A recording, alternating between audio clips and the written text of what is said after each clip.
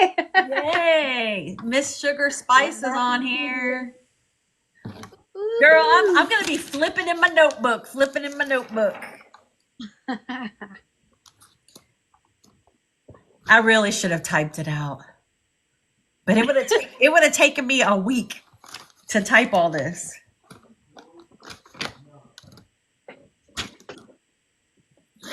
We'll wait till some more people come on. Oh, ooh, Hey. I can't believe it's working. Todd said he's not gonna come say hi now because now he's nervous.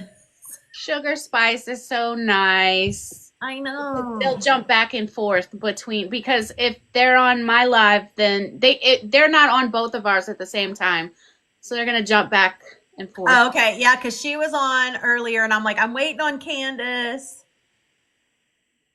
You're so sweet. Oh. And little Max is on. Hey, Max.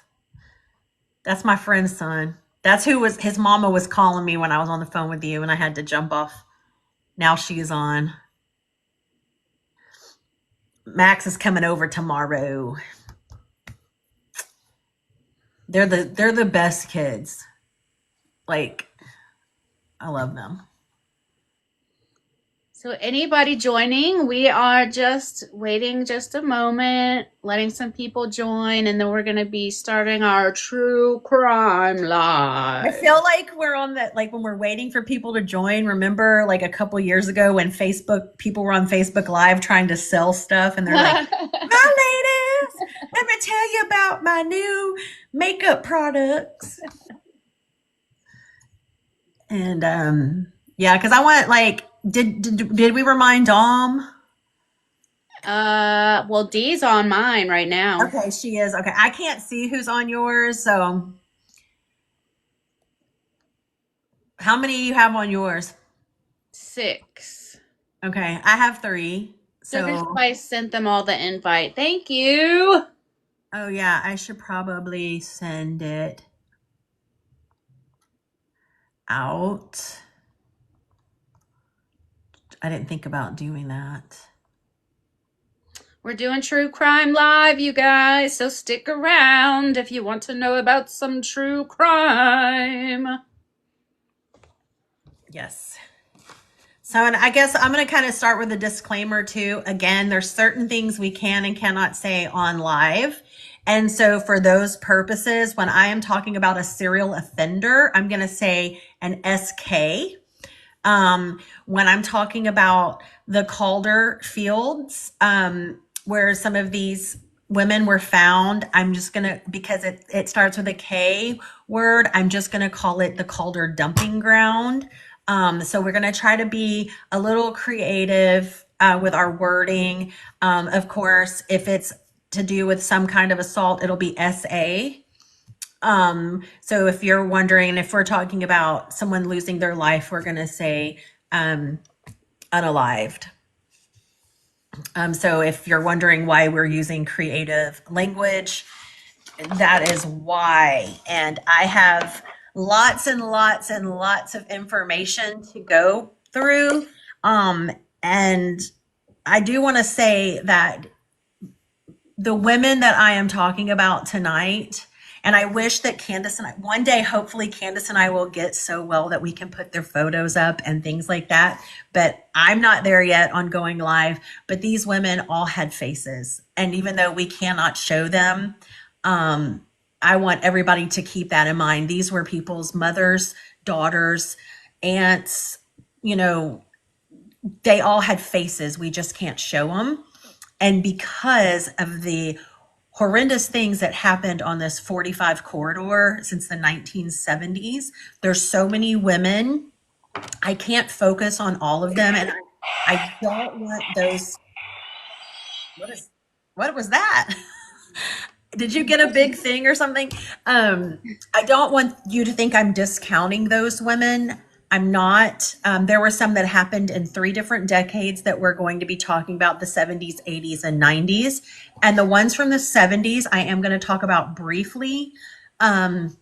but I'm going to focus on the ones from the 80s and 90s because I had personal experience with them. It's where I lived, it's where I grew up, it's places that I visited, it was in my neighborhood. And two of the women, one from the 80s and one from the 90s, I was acquaintances with. And so I have a personal connection to those two women. And so that's kind of going to be my primary focus. I also, before we get started, all of these were white women. And there has been a lot of emphasis on how, when it comes to women or people missing in general, a lot of focus is given to white women and women of color, Native Americans. There's often not the same media buzz around this. And I do want to acknowledge that and know that we are aware, and it's not something that we are discounting because it is a fact. And we're hoping that things change in the future and that those cases are given the same media exposure, police, attention that these cases have been given.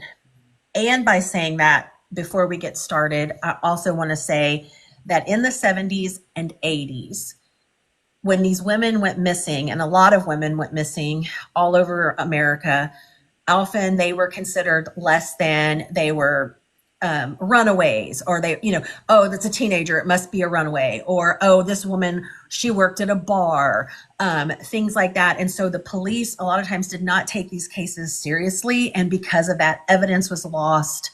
They weren't given attention, they weren't searched for, and these cases are now cold and unsolved because they were discounted, they were secondhand citizens. But things like that have changed. So I guess we are going to get started. Are you ready? Yay! Okay. So today I wanted to talk about all of the disappearances, abductions, and unalivings of women along the I-45 corridor that goes from Dallas down to Galveston. Primarily, these happened in the section about the 45-50 miles between Houston and Galveston. And since the 1970s and as late as the 1990s, over 35 bodies have been recovered. And the majority of those cases are unsolved. Some of them didn't even get identified. They were considered Jane Does until the 2000s. So in the 1970s, what you see in Houston is a big economic boom. You had the oil rush. Houston was a place to get jobs. So you had people moving from all over to come to Houston. You had NASA, which was popping off in the late 60s and the 70s. So people were coming here for jobs. Well, when people come for jobs, that means a housing boom. And with a housing boom comes construction. And not that there's anything against construction workers, we need those, but sometimes in cases of construction workers, they are, you don't do a lot of background checks on these type of people. But also when you have a big boom in economy and you have a big boom in population, it also comes with people who are considered like transient. They'll come in and out, and they're not always, up to good behavior. So in the 1970s, there were 11 cases of girls that disappeared, and they all were believed to be the work of one man, a serial SA offender named Edward Howard Ball. And in 1978, he fled the state of Texas after unaliving a young man who tried to stop him from harassing a group of young girls. And so they attributed these 11 girls to him because when he left the state, those unalivings of these girls stopped. He was forced to face trial for unaliving the man, but he was never charged for the girls. And he claimed, though, in jail that he was responsible for the 11 that went to heaven. And so the girls in 1971, Maria Johnson and her best friend, Debbie Ackerman, they were 15 years old. in November of 1971. And these were good girls. One was a champion water skier. They loved to surf. They went missing, but their remains were found very quickly. Um, One was found on November 17th, and the other was found on the 18th, 50 miles from Houston in a water pond, and they had been there for 48 to 60 hours. So, um, but at that time, there had been several other missing girls, all teen girls, all along the I-45 corridor. One of the girls was found on 11/26, and she was 13-year-old Colette Wilson. Her partial, can I say if it's bones? Can I say the word for bones? Do you know? What is Like what a body is called when it's bones. A I, skeleton. A I skeleton. think so. Yeah. Her partial skeleton was found 10 miles from Houston, where she was abducted.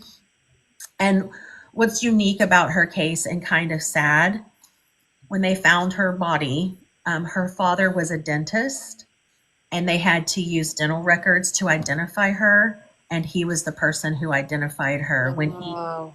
and she was pretty degraded when they found her. So as he held her jawbone in his hands, Oh. he recognized his own dental work. Oh my gosh. Yes. So, back in the 70s, we don't have the cameras and the surveillance that we have now. So a lot of these went missing. And there were, like I said, in a 6-month period in 1971, 7 girls aged 13 to 21 were found in the vicinity of Houston. They disappeared and with no answers. And because of Houston and because of its surrounding areas, you have a lot of jurisdictions.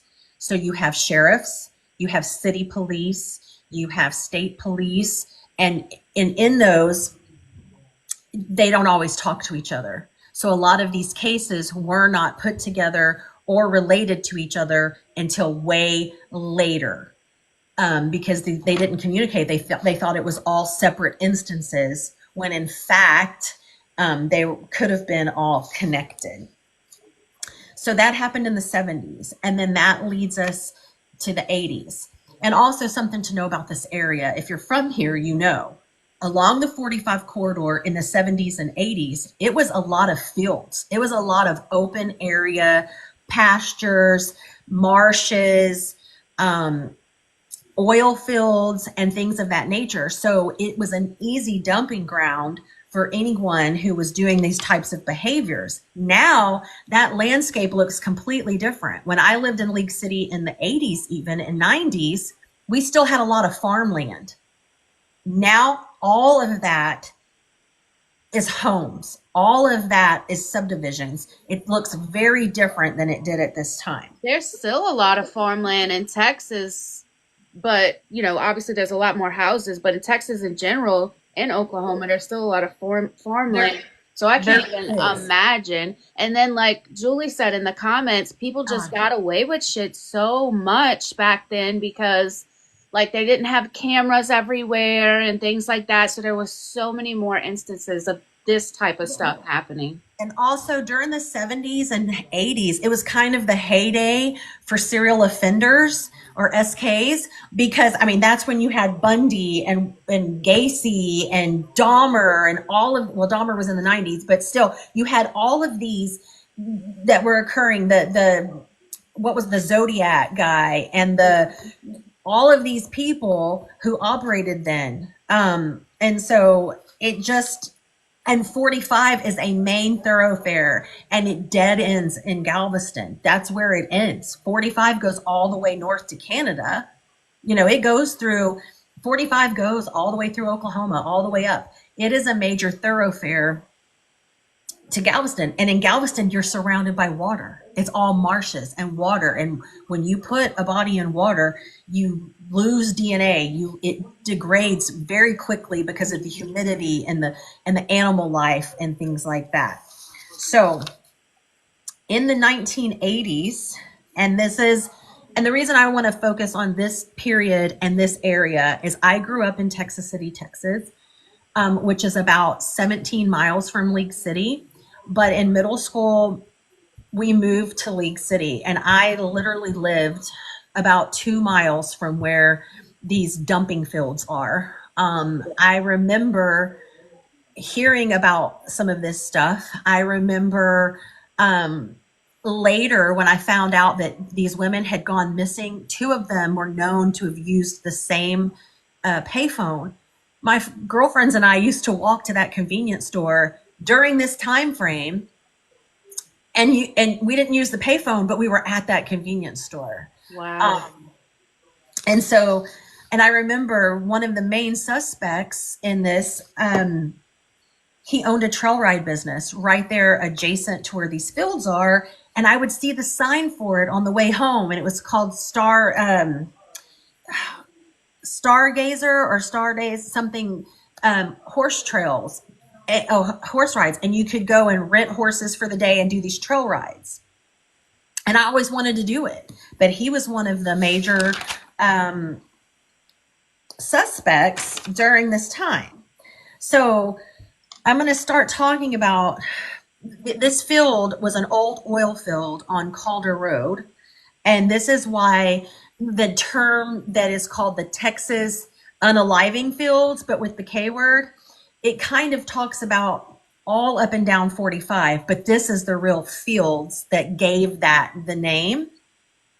There's a great documentary on it. There's been several documentaries. There's even been a fictionalized movie made about it, I think like around 10 years ago, that had some pretty prominent people in it, but it's mostly fictionalized.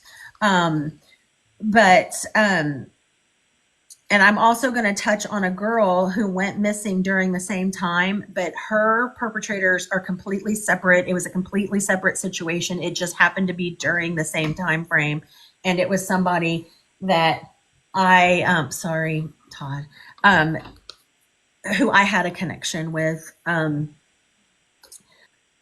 on April 6th in 1984, and this is 4 years before I moved to League City, there was some kids. There was a house on Calder Road, like a trailer house, and these kids were outside playing in the yard with their dog, and their dog ran off into the tree line. And when he came back, they thought he had a ball. They thought their dog had a ball in its mouth, and it wasn't. It was a human skull. And so that's when they started going and looking. When they went, they called the police. Obviously, the police went and looked, and they found the other remains, and those remains were identified as Heidi Fye. Now, Wow. she had gone missing. I'm gonna backtrack here for a second.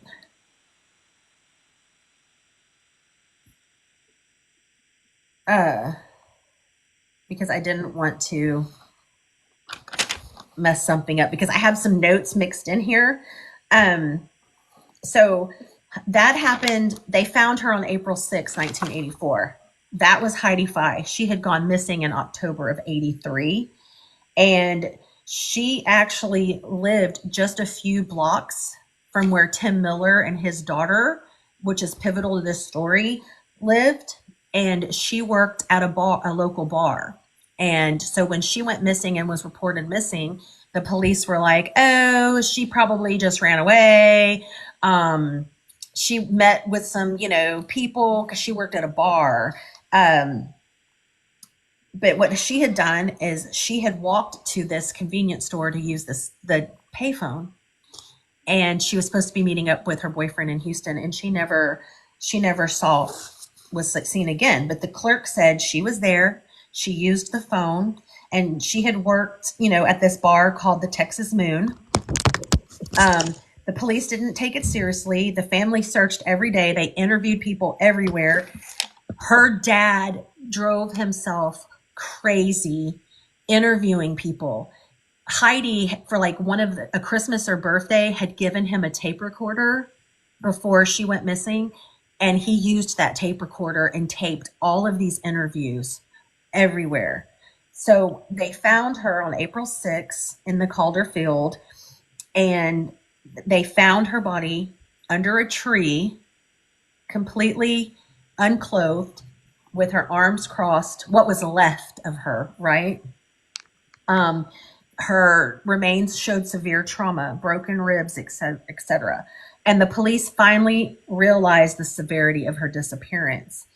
The father gave all these names to people that he had interviewed because he had been looking for her for months. And they kind of were like, whatever. Wait, the dad of the deceased went and did interviews that the cops weren't doing? Or was he a Yes. cop? No, he was not a cop. He was just a distraught Oh, father. So wow. after she went missing, when the police were like, oh, she probably just went off with some guy she met at the bar. She worked at a bar. She was just a barfly, she was whatever, Um, Oh, and she'll turn back up, whatever. her Uh, daddy knew better. Oh, he went and he interviewed all these people. He was like, something is not right. This, my daughter wouldn't do this. um he had kept going back to the bar she worked at. He had went to other establishments that she was known to frequent. Anybody, and he talked and he recorded them all on this little tape recorder. He had hours and hours of tapes that he kept. And this happened in 1984. This is still an my dad would unsolved. never do that for me. Real quick though, you guys that are going back and forth between our lives, if you want to just go to Jennifer's live this time, because she's the one telling the story, then that would be better. That way you can gift her and stuff, and then next time you can come to me. Because Dee said, since depending upon what live you're in, you can't see the comments of the other person, and she thinks that we should do like we did last time instead. That way everybody can be together.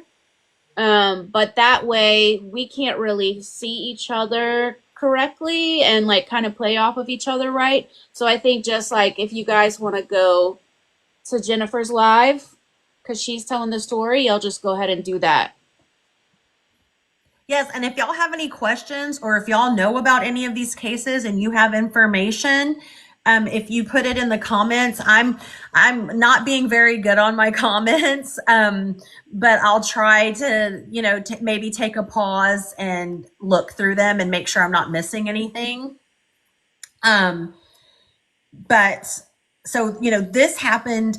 She went missing in '83. They found her body in '84. And this case is still unsolved. Okay. These cases of this Calder Road dumping field, they had two major suspects, which I will get to, but never definitively has anyone been charged with these unalivings of these women. So 11 months later, this girl named Laura Miller disappeared from the same payphone, same area. And you have to know also this payphone is like not far from Calder Road. It's maybe a mile and a half from where these bodies were found. So it's in the same vicinity. Um, so Tim Miller is Laura Miller's dad. And you may know the name Tim Miller because of this, because of his daughter going missing. He started Texas EquiSearch. And Texas EquiSearch has been world renowned. He has helped since the 80s, over 100 and something cases. He has helped search for women, and not just women, missing people, even as far as Natalie Holloway in Aruba. So he has been in, I wrote it down how many countries. I'll get to that. But he started Texas EquiSearch because, again, this happened in League City, Texas. The League City Police Department, this is a blight on their department because of how they handled these cases. They lost evidence. They didn't do things they should have done. And because of that, Tim Miller's daughter, Laura, she went missing 11 months after Heidi Fye from the same payphone. And the police said there was no connection. Okay. So they had found By the time Laura went missing, they had found Heidi Fai's body, and Tim begged the League City Police Department.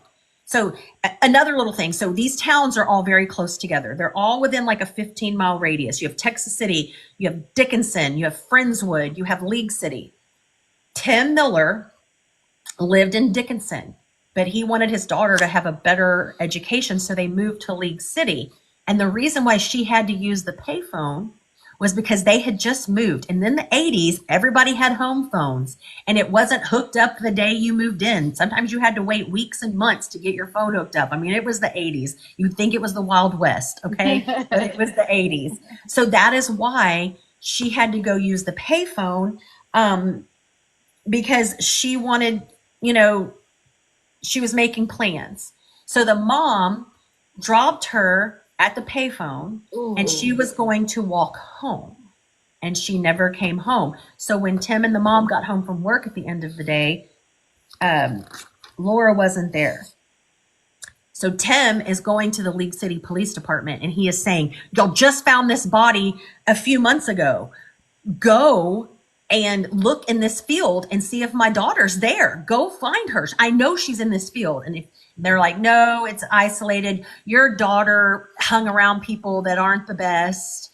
So she's a runaway. They basically discarded her. She's a runaway. She's not worth our time. They never went and searched the fields at Calder Road. And they instructed Tim Miller to not contact Heidi Fai's parents. And they did the same thing to Heidi Fai. They said, leave these people alone. They were instructed not to talk to anyone. So these parents, here's Tim, he was forced to do his own investigation as well. So he said, if you're not going to go search this field, I'm going to do it. So tell me where Heidi was found. I'm going to go look. They said, you cannot go look. It's private property. We're not going to tell you where it's at. Blah, blah, blah, blah, blah. So on February the 2nd, 1986, now we're into 1986, 17 months after Laura went missing, some kids were out riding dirt bikes in this Calder Road dumping field, and they smelled a foul odor. So they followed the smell, and they found a decomposing woman. So they called the police. The police came out, and they didn't find just one. They found two. Wow. Her poor mama. I'm just picturing like dropping my kid off at the payphone, and like I think I would live with that for the rest of my life. It's not her fault, obviously, but like that I would say this is my fault for the rest of my life. Yeah. So the first victim that they found that day, they had to label her Jane Doe, because they didn't know who she was, and they expanded the search that day in the field, and they found another body. Wow. Both of these women were found within 25 yards of each other and within 100 yards of where they found Heidi Fai.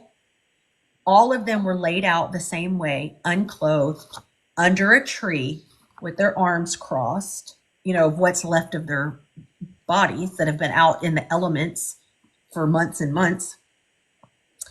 And they used dental records to identify the second woman they found that day, and it was Laura Miller. So Laura Miller had been there the whole time. Oh. And had they gone and looked for her, I mean, it was 17 months, a year and a half later, right? Wow. Had they gone to look for her when her dad asked, there would have been evidence. They probably could have determined a cause of passing away, but they couldn't determine the cause of these things. There was no evidence. And back in the early 80s, there was no DNA. Mm-hmm. So the Jane Doe, she did have a cause of death, because she had been shot, and there was still a bullet lodged in her spine.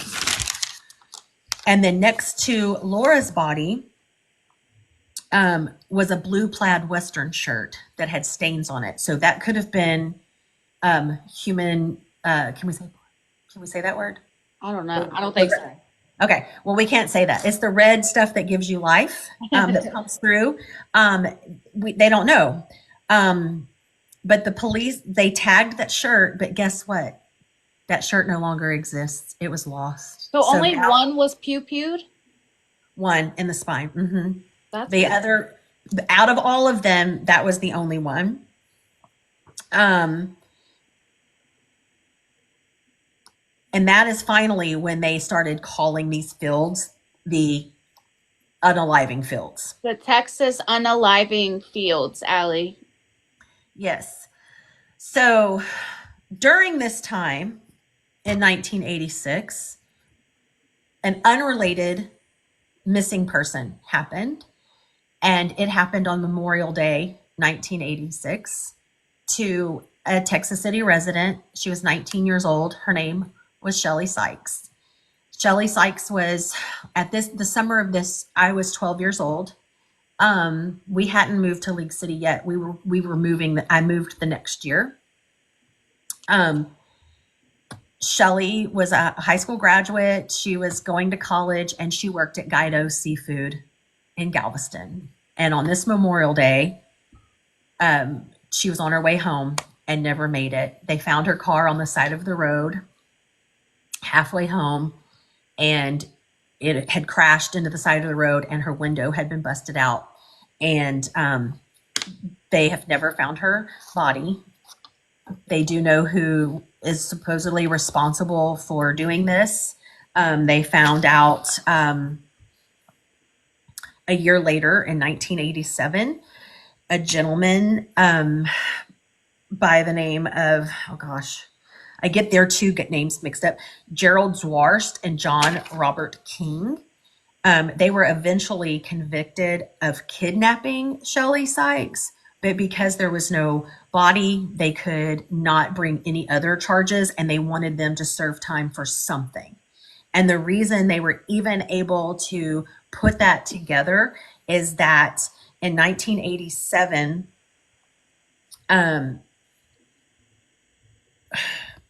sorry, King, this John Robert King person, he was in El Paso and tried to unalive himself. And in his unaliving note, he said that he did this to her and he implicated the Gerald Zwarst person.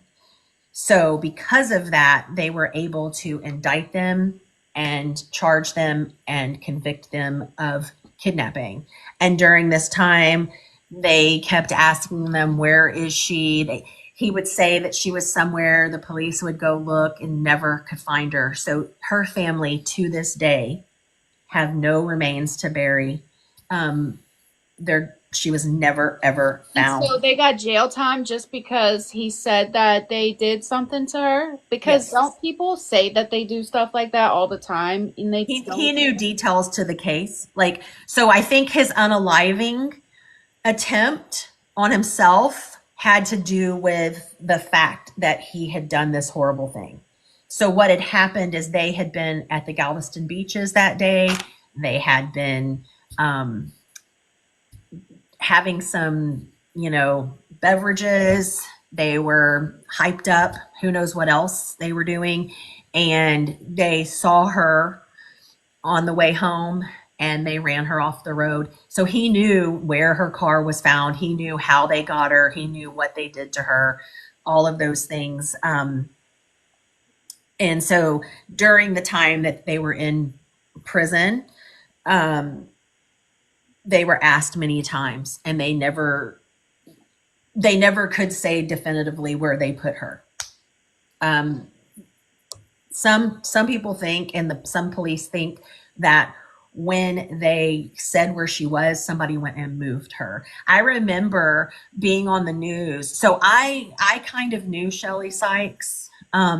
She was several years older than me, but while she was still in high school in Texas City, where I grew up, the city civic center would have day camps during the summertime. And she at one time was one of the camp counselors. So you could drop your kids off at this day camp and they did Aw. activities and she was a camp counselor. And so she was a camp counselor when I went to day camp there. So I didn't know her, but I knew of her. And so when you're growing up there and you're just a few years younger, it really resonates with you. So I remember when she went missing, and also the same summer that she went missing, and we both lived in Texas City, I was almost abducted that summer. I was, What? yeah, I don't even know how I knew what to do to not have that happen to me. I was literally, Texas City is unique in how that it is designed, and all the streets run north and south, and all, no, I'm sorry, like, yes, all the streets run north and south, and all the avenues run east and west. And my grandmother lived on the corner of 10th Street and 14th Avenue, and her house was on the corner. My friend Dana lived at 10th Street and 18th Avenue, but she lived one block over, or she might have lived on 19th Avenue. Anyway, she lived one house over from the corner. So I literally had to walk 4 blocks and one house to get to her house. So I was walking. I had spent the night with my grandmother, and then I was going to go spend the night with Dana the next night. We were going to play. I think I was 11 or 12 years old. I was walking from my grandmother's house to the middle of the day. And it was a weekday. So it was the summertime. It was a weekday. I'm walking to her house, and I remember a car rolling really slowly behind me, and they were playing music. The windows were down. I could hear the music, and I just felt uncomfortable. And they were saying stuff, but I wasn't paying attention. So I turned onto 16th Avenue, acted like I was going into a house. I'm like, okay, you know what? I'm going to make them think I'm where I need to be, where I'm going. So I went and I walked up to that house. Well, they drove off. So I went back out onto 10th Street and began walking. Well, when I did that, they booked it in reverse and reversed super quick. Oh shit. I had made it to 17th Avenue at this time. They opened the car door, and I remember I could smell the cigarettes and I could smell stale beer. Like, to this day, the smell of stale old beer turns my stomach. So when I saw them, I don't remember what they said to me. All I knew is I had to run. So I ran. It was two gentlemen. They were driving a Buick Regal two-door, like an 80s model, because this was the 80s, two-door. So I ran. I literally ran into a house. Like, thank God these people did not have their door locked, because back then people didn't lock their doors during the daytime. I ran into their house.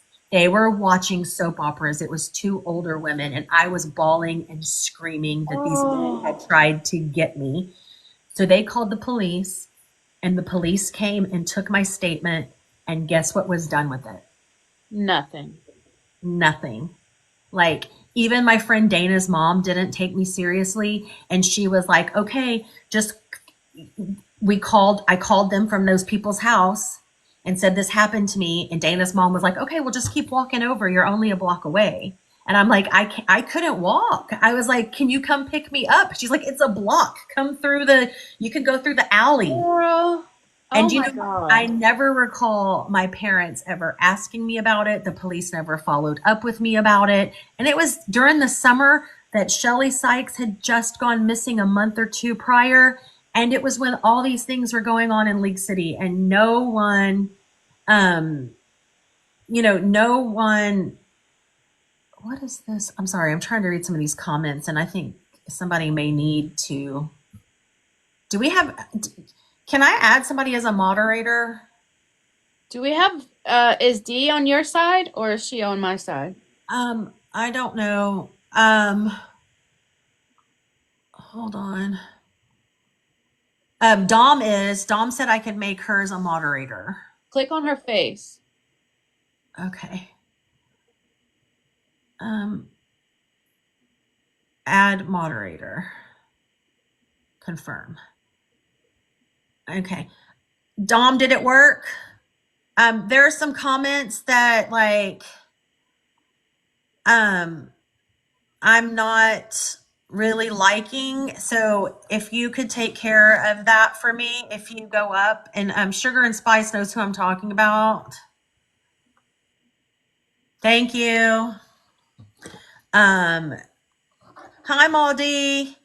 Yes, they were saying some crazy shabal bullshit. Okay. Ugh, wow. So anyway, so that happened to me that summer, and my kids always call me a helicopter mom, and I'm like, yeah, because I was almost abducted, and my parents didn't give no shits because Huh. I'm Gen X, and like all kinds of stuff happened to us in Gen X. They didn't even know where we were half the time. We would be like, oh, we're gonna go ride our bikes around the block, and we were 3 miles away in the field drinking Boone's Farm, making bonfires and building forts. With We're older talking. men, and we're teenagers. I didn't. Well, in teenager years, yes, but this is when I was younger. And when I was younger, I was a tomboy, so it was just me and the neighborhood boys riding our BMX bikes, building ramps and stuff. But yeah. So back to Shelley Sykes. So all the time these people were in prison, they begged them. They never found her body, and then they both went to the other side while in prison, one in 2018 and one in 2020. And as of 2021, the police were still searching for clues. They were asking their attorneys, since there's no attorney client privilege anymore because they've passed on. And the attorneys were they completely wanted to help, but they had no information. So they were asking people who maybe were loyal to these two guys, do y'all know where they buried her? And no one knows. So her family will never have closure on that. I I mean, here didn't we know are in that. 2020. We're in 2024. This happened in 1986. So what, almost 40 years now? Is that right? Yeah. I don't know why I didn't put that together myself. That if somebody is no longer here, that the attorney-client privilege is no longer there. Like I never knew that until today. I don't know why I didn't know that. But Allie said, so these two men just decided to target Shelley as a crime of opportunity. Yeah, basically. They never really said why. I mean, she was a beautiful girl. Like that's why like I wish I could show pictures, and it doesn't matter what you look like. I mean, but she was a very attractive young lady. And she was just on her way home from work and in the evening time, and they were just, I think they liked to party, and it was probably more than just a few beverages. It was Yeah. probably more involved.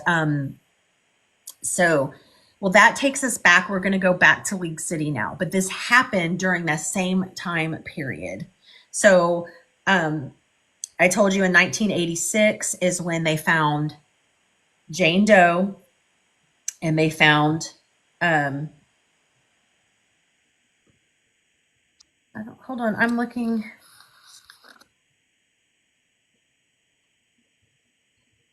Oh, I'm sorry. They found Jane Doe, they found Laura, and then um, they found another. Oh, I made a note here because there's a woman named Catherine Casey, and she wrote a book called Deliver Us. And when she was aware of these things happening, but in the 90s, which I'm about to get to, it made her go back all the way to the 70s, and she's written a book about all these women. So if you want to know more information, that's a great book. I have personally not read that book. I didn't know about the book until I started doing this research, and I will probably go ahead and get that. Go read it. Yeah. So we talked about Heidi Fye. We talked about Laura Miller. Um, and then we were talking about how Tim had begged them. They did nothing. They lost evidence. They so the casing that was found in the spine of Jane Doe, they boiled it down. So anything, they could never use that to so if you have the pew pew that's used, you know how you can do forensics on it and see the spiral pattern, but because of what they did to that, it was not usable anymore. Why? They really, I don't know. I don't know if it was because it was the 80s and forensic science isn't what it was now. The medical examiner, between the Galveston County medical examiner and between the LCPD, the League City Police Department, they freaking bumbled this whole thing. Yeah. Like there was so much stuff. I mean, listen, they came under fire for it. Okay. But there was also no DNA back then. But if they had preserved some of these things, when DNA became available and when forensic DNA became available, where now, they can put you in a database now, and it could be like you could find a relation like an aunt or an uncle, even if it doesn't find your DNA now, because of like ancestry.com and 23andMe, they're being able to solve some of these unsolved cases because they can do this forensic DNA and familial DNA. So, you know, once they found once they found Laura Miller's body, Tim Miller was freaking furious, dude. He was so mad that his daughter had been out there for 17 months in a field where he told cops to go look, in a field that he begged to go search. Yeah. And he regretted not speaking to Heidi Fye's family because the police had told him not to. But all of these tragedies prompted him, from this horrible thing, he started Texas EquiSearch, which has helped so many families find closure to missing loved ones and help solve cases. Wow. So now you have, in this small town of League City, in a 2-year period, 3 women all dumped in the same place in the same way. So this goes back to my notes on the 70s, which I already kind of talked about. Now, we're going to talk about where they're trying to find suspects for these cases. Well, a main suspect was this man whose last name is Abel, and he lived near there, and he had this horse riding business. He had been a literal rocket scientist at NASA, and he was retired, and he had this horse business. He was considered a suspect because of his closeness to the vicinity of where these things were. This is where his trail rides went on, things like that. And he inserted himself into the investigation because he wanted to be helpful. But the police saw that as, oh, is he just one of these people who want, because the Zodiac killer, God dang it, the Zodiac person would also do this. A lot of these serial unalivers would do these things. They would help the police, So they started looking at him, and then they were looking at this other guy. So during this time as well, there was a woman by the name of Ellen, and she went missing from the same bar that Heidi Fye worked at. And the guy that she was there with that night's name was Clyde Hendrick. Okay. They left the bar together. They had questioned Clyde. Finally, somehow, Clyde admitted to putting her somewhere years later. So she left the same bar that Heidi Fye was at, but she wasn't found in the fields. She was found somewhere else and was led there by this Clyde person. So Ellen Beeson's best friend's name was Candy. Candy just wouldn't let it go. And she knew she had been with this Clyde guy. So she constantly was on him. Okay. And he finally had enough. And he was like, you know what? I will take you to where she is. So he took Candy to where she was, which was down in this marsh. She went by herself with him? Mm-hmm. Oh my God. And when they were there, there was this it was a marsh, but it was like this dumpy place. There was like an old couch and these big discarded tires, and she was underneath there. And he told her, if you tell anyone, this can happen to you too. So she waited months to tell the police. She was ballsy enough to go to this marsh with him, but then she was too chicken shit to go to the police. Yes. Wow. So finally, 6 months. So So when this Candy person was constantly asking this Clyde Hendrick person, you know, he finally took her down there. It was 6 months after Ellen had gone missing. Um, and she waited another 6 to 7 months to tell police. When she finally told police, they found her remains. She was still wearing the necklace she had on the night she went missing. Oh. Um, Candy told them who took her there. She was found in this marshy area. So she had been out in the Texas heat in the wetlands Oh. for a year at this point. And so they arrested Clyde. Clyde said it was an accident because of supposedly the medical examiner of Galveston County again, good old Galveston County medical examiner, who was the same medical examiner for these other women, said they couldn't determine the cause of unaliving. Because of that, Clyde Hedrick insisted that it was an accident. And the only thing he did was because he was scared that they would think he did something. So he put her body there amongst all this trash. Like she was nothing, just discarded. Wow. So he ended up being convicted and charged with the abuse of a corpse because that's the only thing the DA thought they could get. Guess what that came with? A $2,000 fine and 1 year in county jail. Oh my gosh. It gets better.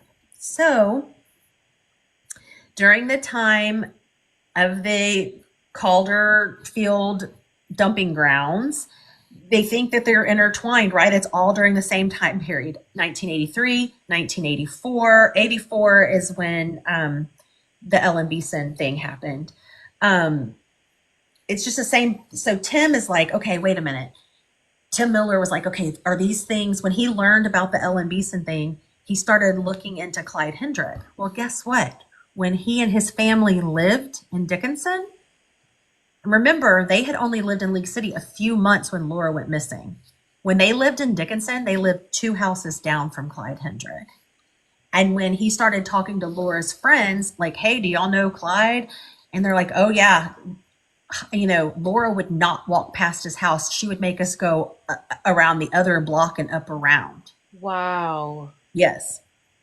So guess where? We already knows this Clyde person hung out at the Texas Moon Bar where Heidi Fye worked, where she went missing from, where he took Ellen Beeson from after meeting her there. And, he was still frequenting these bars and he met this woman and she brings him home as her, new boyfriend. And she has a teenage daughter. So this teenage daughter in the new documentary, she's kind of pivotal in it. And she talks about some of the things that he did to her that were questionable, of like how he would give her a drink and she would fall asleep and Oh. but she would wake up the next day and she would be sore in places she shouldn't, and he would expose himself to her, but her mom never did anything. And he would abuse the mother and I'm going to get in trouble in here. Anyway, again, the police, not related, isolated incident, so he investigated it on his own. He also found out this Clyde person worked for a construction company whose office was down Calder Road. And he would use those fields to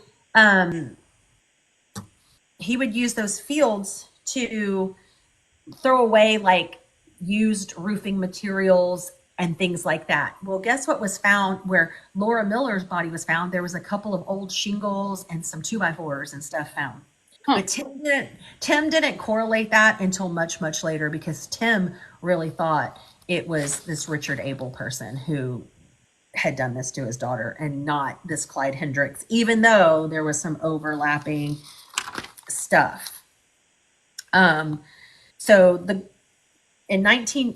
is the 80s. That was it. Nothing's been done. these cases kind of filtered out and stopped. We had two major suspects. Nothing else was found until 1991. And in 1991, another woman's body was found in the Calder dumping field. There were some independent horseback riders, and they were riding through the fields and they smelled something. They Oh, went and they found this other woman, same conditions, no clothes, arms crossed, and they didn't know who she was. So they had to name her Janet Doe. And she went unidentified until 2019, and this happened. They found her in 1991. wow. Um, and so now they're starting to go, okay, and guess what? She was within this 100-yard radius of all these other women under these trees. And now this field, the part where these women were found, it's still there, and they've erected crosses where all the women were found. But if you go and Oh, look at that, you would think this is someone, they were making their own cemetery where they could go back and visit. The way they were leaving them, it's like they wanted to be able to go back and visit these oh, people. yeah. So, but now where this area is of these Calder unaliving fields, back then when I was a kid in the 80s, it was just a field. This was all like, there was a stretch from League City to Dickinson. The whole stretch of 45 was nothing but fields. Now it's shopping centers and baseball fields and churches and, restaurants. But back then it was nothing. So if you go now, it's all of this, there's life there, to where 30 years ago it was just empty fields. So that kind of stopped all of that. And they thought, okay, it's over, it's done, right? Well, in the 1990s, women and young girls started going missing again, but not until 1997. And in 1997, in the period of, I think it was like 6 months, um, three women in the League City area, up and down 45, went missing. One was abducted but got away. One body was found. Two bodies were not found until 2016. And we're going to talk about these. And so during this, and a girl, one was from the Dallas DFW area in Denton, but he had transported her all the way back to Brazoria County. So here again, you've got different county jurisdictions. You have Galveston County, Harris County, Brazoria County. You have Galveston County, Harris County, Brazoria County. Um, and I'm kind of I'm kind of going to go on the timeline here. So, and in these cases in the 90s, because of this one particular girl, um, how I said in the 80s they were considered runaways, and oh, they worked at a bar, and oh, she must have these bad friends who are doing substances they shouldn't, and things like that. Well, on April 3rd, 1997, a beautiful young good girl named Laura Smithers, who was 12 years old, left her home in Friendswood before breakfast to go on a jog. Um, Something about Laura, she's this young, innocent girl from a good family, went to a good school, made good grades. They took it seriously. Her Wow. mom, her mom had to push for this. And an interesting thing about her is her mother was an adoptive mother, because when she was 1 year old, her mom passed away from breast cancer, or some kind of cancer. I think it was breast cancer. I'm not sure. Um, and the dad, now here he is raising a 1 year old. He got a nanny, a full time nanny, and they fell in love and got married, and she adopted Laura. So, Oh, that's actually the only I fell in love with my nanny story I actually like. well, she said she fell in love with Laura first and knew she was meant Oh, to be her mom. And so she goes out for this jog. She's never found, but they take it serious, because here she's 12. She's in this neighborhood Well, right next to the neighborhood she lives in is a housing boom. So there's all these homes being built, contractors in and out. Um, they did a search. Guess who was part of this search? Tim Miller, because of EquiSearch. They did this search and they searched all, on foot, everywhere around where she was. They looked for, several mile radiuses and nothing. And 17 days later, on April 20th, a man and his son were letting their dog run, and I think they may have been doing a little fishing by this retention pond about 10 miles from her home. Um, they smelled something and they thought, oh, something, a wild animal got caught in this pipe, like a drainage pipe. Let's go see what it is. The dad was like, maybe it's a possum or something. And the son said, Dad, animals don't wear socks. And it was confirmed to be Laura. Well, I hope I never have to smell that. I'm just saying. Yeah. So that happened. Laura went missing on April 3rd. They found her 17 days later. And then in May of the same year, May 1997, a woman named Sandra Sapal or Sapal had left work, stopped to use a payphone. Someone kind of bothered her. She told him she was fine, whatever. She goes inside the convenience store, leaves, and drives a little bit and realizes she has a flat tire. So she pulls over, and the person that pulls up behind her is the gentleman that had tried to talk to her at the store. Oh shit. He grabs her by knife point, puts her in the car. He restrains her, does all this stuff.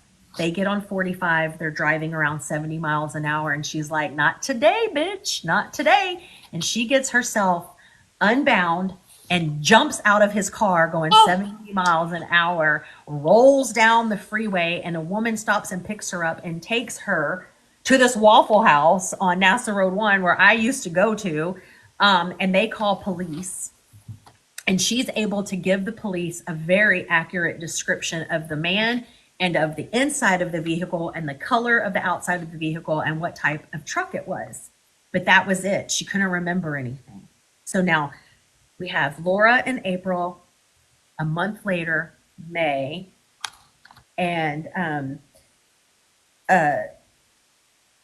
months after this, they do hypnosis on her, and she is able to remember his license plate. No way. Yes. What? That is so cool. But in the interim, this sick freak does some other stuff. Oh no.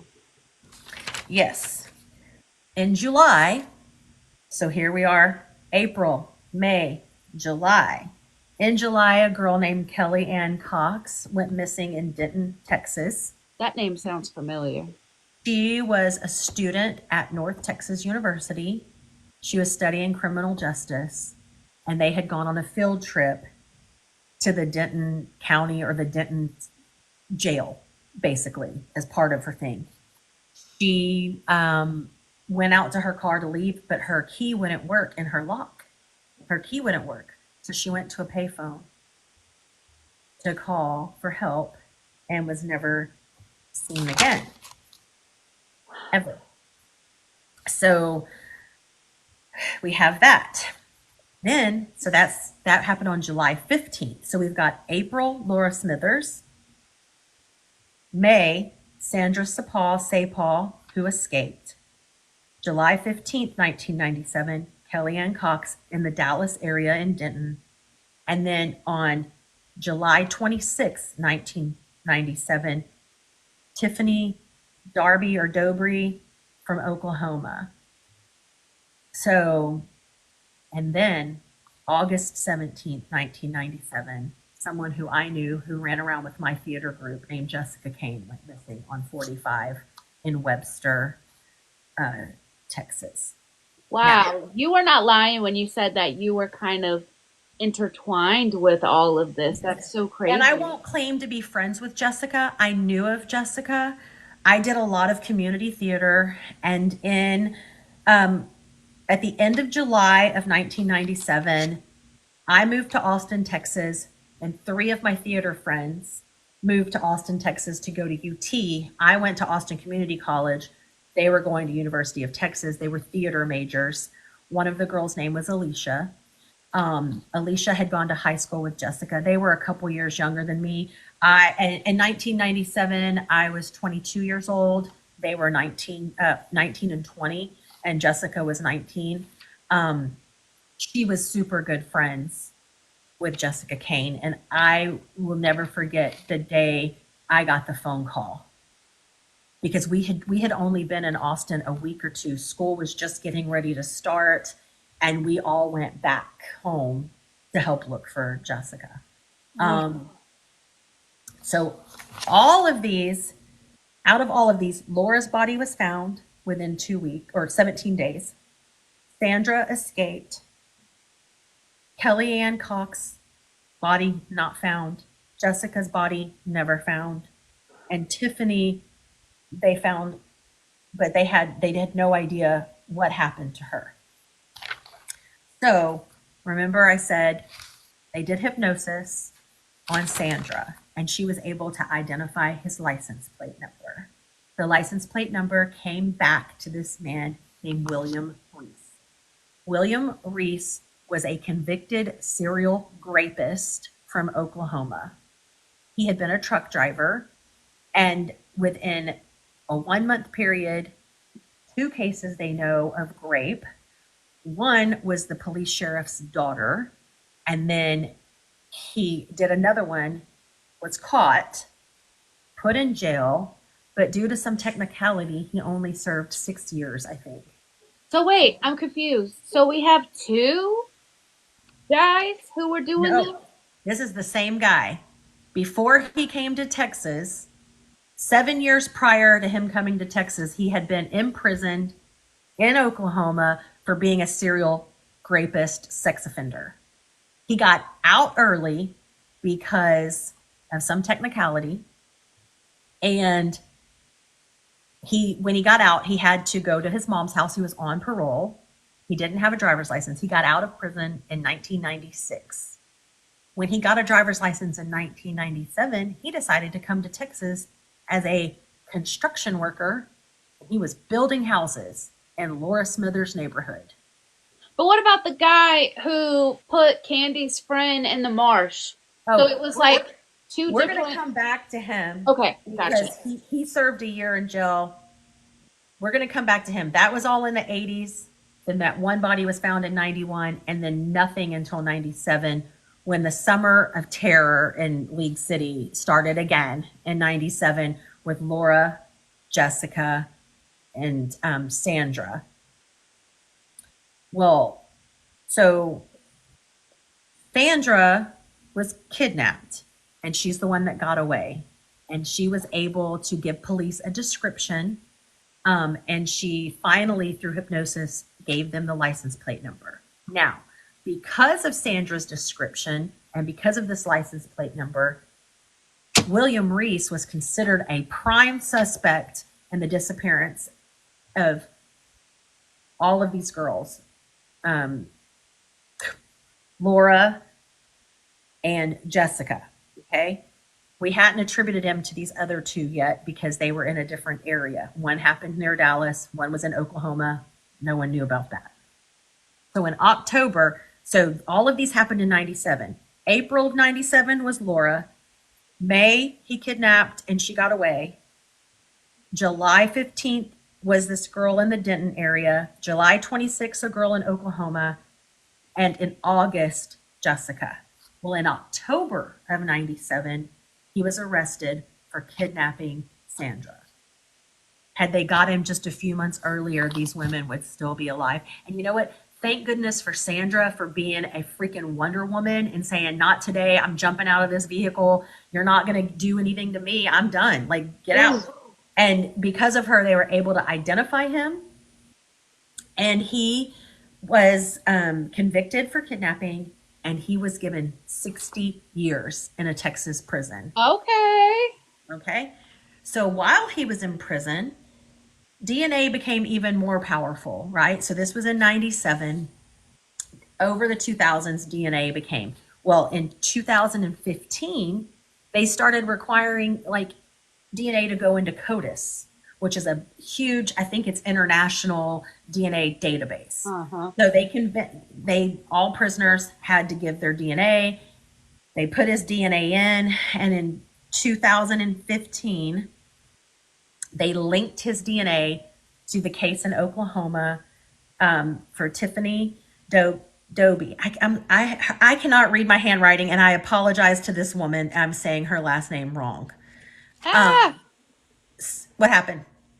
froze for a second. Oh, don't freeze. You said he linked his DNA to the Oklahoma, and then I Yeah, to didn't hear the you for a second. Oklahoma murder of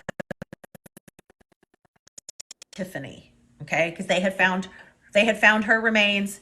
His DNA, because it went into CODIS, was attributed to the murder of Tiffany in Oklahoma. So Oklahoma decides to extradite him to face trial for Tiffany. Oklahoma's going after the death penalty. He doesn't want to die. Okay? So Texas now goes, hold up.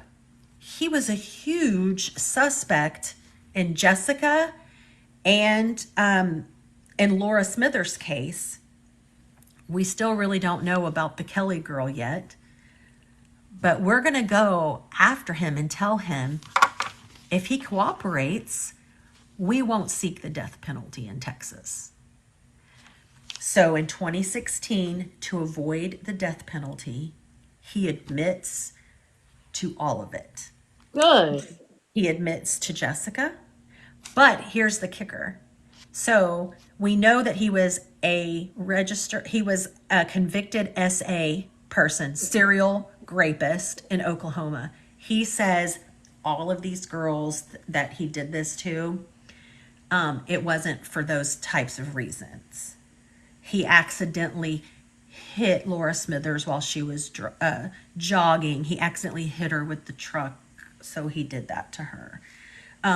Jessica, he had come on to her in the parking lot of the Bennigan's restaurant she was leaving, and she rebuffed him off. So he tailed her all the way home almost. She was almost home, and he pushed her off the road to confront her, and something accidentally happened to her. He gave the officers enough that they, even if they wanted to seek the death penalty in Texas, they couldn't.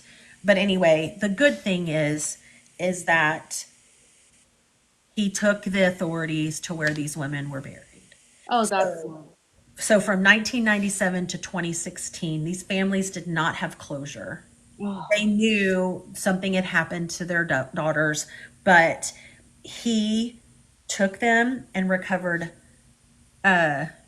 Someone's asking to join our live. I don't know this. Do you know a Heather Johnson? mm-mm. Okay. Um, so he, on March 18th, 2016, they recovered Jessica's body in a field in South Houston. And guess who was there to help during the recovery? Tim Miller. He was there to help the family with Oh, that.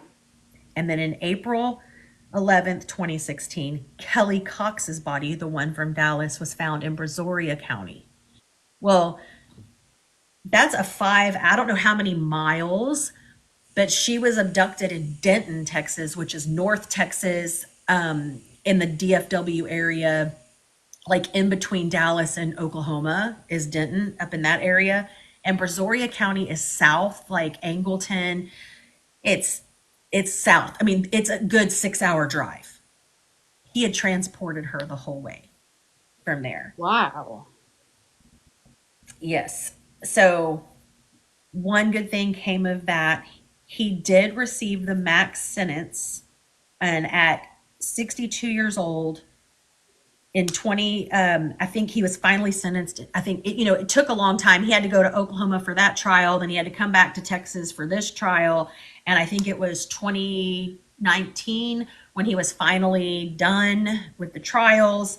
And at 62 years old, he will be eligible for parole in 30 years. So he should never, ever see the light of day again. And I think you checked and you asked Alexa, and he's still alive and kicking. Yeah, but why would they even? Okay, so maybe he'll be unalived by that time, but in my head, he shouldn't even ever be eligible for parole. Like, WTF?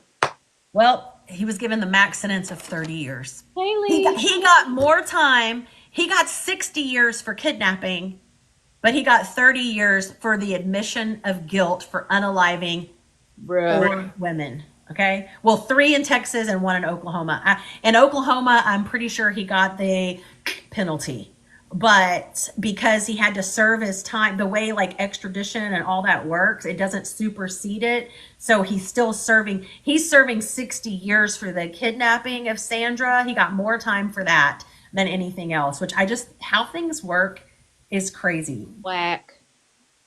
So I'm going to go back now to the Calder Road thing because I'm going to go back and I'm going to talk about this Clyde Hendrick person again and what happened. And if you remember, Clyde Hendrick was convicted only of tampering with a corpse. Right. Okay.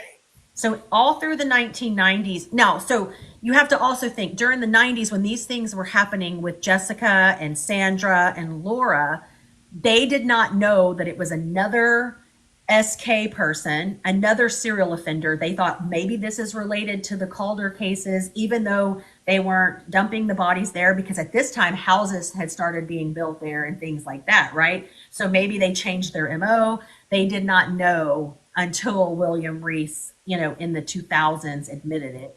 They still didn't know. So they were still focusing on the 2 suspects that they had for the Calder Road dumping grounds, which was this Robert Abel and Clyde Hendrick. Oh, so it wasn't the guy who took Candy's friend? Nope. Oh my God, my mind is blown. I'm just like, what? I thought for sure it was him. Nope. Different guys. Another sicko. What? There's just all these sickos in the world, right? So all through the 90s, the League City Police Department stayed on this Robert Abel guy. They were convinced it was him. He had the horses. And there's other reasons why they thought it was him, other than his living adjacent to these fields and having this horse thing. Exes had said that he had done some weird stuff to them. He's helping the police with the investigation. They felt like he felt too involved. He was known to maybe be abusive to some of the horses and the way he treated them. And, Oh. he basically, it ruined his business. He had to close his trail riding business. He was a pariah in town. Like, I remember living there when I moved there. So a lot of all these things happened while I was, a few years before I moved there and while I lived there. Well, So was his ex-girlfriends telling the truth or were they lying? we don't know. They were just saying that he was kind of weird, right? And kind of, maybe a little, uh, you know, can you say kinky? I don't know. Like I don't maybe, know. maybe a little, uh, red roomish, I Oh, don't so know. just not as prudish as people were technically Yeah, back yeah. So, then. but here's the deal. They're exes. So, do we know if what they're saying is true or not? And he may have like punched a wall or something. We don't know. We don't know.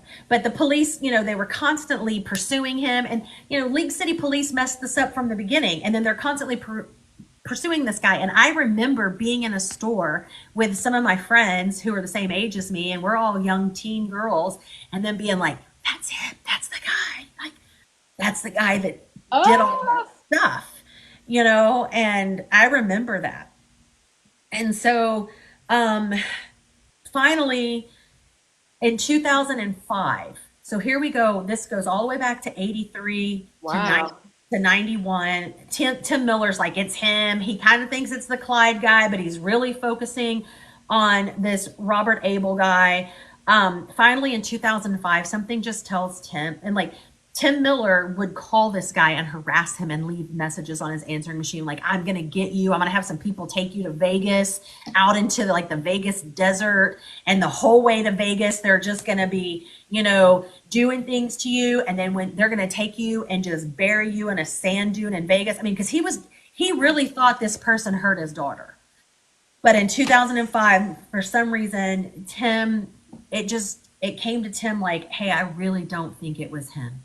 Like, I don't. And he's been pursued and pursued Oh. by the media, by the people in basically like with pitchforks, like how like and so he called Robert Abel and apologized. And he was like, I'm sorry that I thought it was you all this time. I'm going to stop harassing you. And I'm sorry all these things have happened to you. And, you know, and things like that. But it just Wow. got to be too much for him. And Robert Abel was found unalived, hit by a train, and some people think he unalived himself. He drove his golf cart onto train tracks. Oh, wow. That's so sad. Yeah, but some people think that it just so much so for 30 years of, it was 30 years of harassment of Oh, I people want to thinking that cry. it broke him. So now, so we still have like these unsolved things, right? We've got this Ellen Beeson, who Clyde Hendrick went to jail for 1 year for abuse of a corpse. This guy is still free. He was known to frequent where these women hung out, where they worked. He was known to work in the area where they were dumped. He lived 2 houses down from Tim Miller and his daughter Laura. And we've got his kind of stepdaughter saying he did some wacky crap to me, but nobody would listen to her. Her own mother didn't listen to her. Her mother just was like, just don't make him mad, like just do what he says. And I love him. And he only goes out and, does things when I upset him. So we're not going to upset him. We're going to keep him happy and all of this. So he's still out. He served his 1 year and he's doing his stuff and whatever. And, finally Tim Miller's like, I really think I went in the wrong direction here. I think it's this dude, right? So during all of this time, he kept getting in trouble with the law, like little things here and there. And then they finally started looking at his rap sheet, domestic abuse, DV, all of this stuff from Florida. He had spent time in jail in Florida. He spent time in jail in Texas. He worked for this contractor, like all of this stuff. So in 2012, 30 years after these bodies started showing up, 30 years or almost 30 years after he had been put in jail for abuse of a corpse, the police and the FBI decide to exhume the body of Ellen Beeson. Okay? Remember, the Galveston County medical examiner said there wasn't any evidence and blah, blah, blah. She was the Okay? 11-year-old fancy girl, right? The what? Ellen was the 11-year-old from the good family or whatever. No, Ellen was a girl he met at a bar. And her Oh, friend, okay. this is Candy's friend, Ellen. Candy. Okay. So they exhume her body.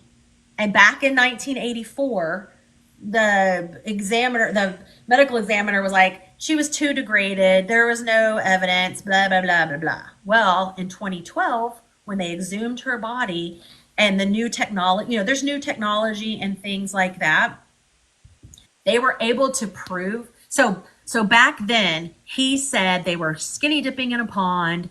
She drowned. He didn't know what to do. He freaked out, so he dumped her in this trash heap, right? Well, with this new technology and the re-examination after they exhumed her body, they found out that she had passed from blunt force trauma to the skull. There was a huge, you know, what's it called? I'm trying to think of how I can say it. Like a dent. Yeah, like a fracture. Okay. But the funny thing is the only photographs from the original autopsy of her skull were from the side where that wasn't.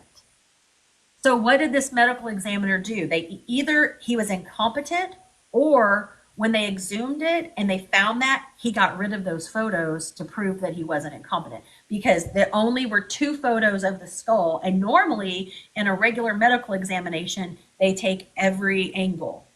There was only two, and it was on the side that the blunt force trauma It was. almost makes you think he was working with the guy or something. But this is the same medical examiner for Galveston County who lost evidence in these other women's cases, evidence that could have had trace DNA on it that they could have used later when That's they got suspicious. right. So, since they were able to prove she passed from the blunt force trauma, guess what they did? They went back and arrested Clyde Hendrick. Okay. Now, while he was in prison, yeah, right? Yeah, it sounds like police corruption. Who knows? It's just incompetence. So, while he was in prison, supposedly he admitted to another inmate that he was the one who did Laura Smithers and Tina Fey. And he gave them detail, supposedly. So the inmate came forward, like, hey, I got this information, I want to use it. Well, sadly, you cannot use a inmate admission like that. So if, like, you and I are say you and I are sharing a cell, and I tell you I did stuff, and you go and say, she told me she did this, they can't use that as evidence that it happened, because you could have made it up, right? So anyway, they could not prove it. There was no evidence because evidence had been lost. So they could not bring charges on him for the other ones that the inmate said he admitted to. And he still, to this day, says, I didn't do that. Y'all are trying to pin that on me. I didn't do none of that. But they could pin this blunt force trauma on him. So they tried him for the murder of Ellen Beeson. 30 years later, almost 30 years later, he was tried for that. And he was found guilty. And he got 20 years, the max sentence, because they tried him for murder, but the jury only convicted him for manslaughter. They said that that's the only thing they could prove, was it was manslaughter. So he got 20 years. Which is, wait, that's when you didn't mean to do it, right? Yes. Yes. That's so stupid. Yes. But anyway, so he went to jail for that. And during his sentencing, his like stepdaughter person, Marla, was called to testify during his sentencing period. And she told the jury and everything all about the possible SA that he did on her, because she doesn't remember, because he would give her drinks and she would have to drink it. And talking about all the physical and psychological abuse, because like he would sometimes expose himself and do all these things to her. He would abuse her mother, and everything. So she was able to talk about that. And he was put in prison. But you want to know the sick. So those other cases are still considered cold cases. And if you want to know something really sick about it, so he was sentenced it took a couple years. So I'm going to say like 2014 or something when he was sentenced. He only served 8 years of that 20-year sentence, because in 2021, because of these new laws that changed in Texas about mandatory parole, it applied to his case. So he was paroled in 2021 and went to a halfway house. And he's out. That shit makes me sick. That's like the dude who murdered my mom. He got sentenced 5 years. Only 5 years! And he only served 2. Yeah, so he was out in 8 years, and he's out, and he's alive. And all of those cases, there's no evidence to link. There's suspicion, but no evidence to link him to those things. So they're all cold cases. All those 4 women are cold cases still. No way. Unaliving Fields, yes. Yes. But Oh. um so but in 2017, new forensic DNA technology came out where they can do like familial DNA if you can get any DNA off of remains. And so after 2017, this FBI agent who had been working on these cases, he started at League City Police Department but went to the FBI. And he had kind of been working these cold cases in the background for all these years. He convinced he convinced League City Police Department to do this forensic DNA on the two women who were unnamed, the Jane Doe and the Janet Doe. And in January of 2019, so these were women found in 84, one in 90, one was found in 91 and one was found in 1984. So 30 years. They were able to identify these women through forensic DNA. And so now their families were able to at least put them to rest. Um, Jane Doe was identified as Audrey Cook, and Janet Doe was identified as Donna Prudhomme.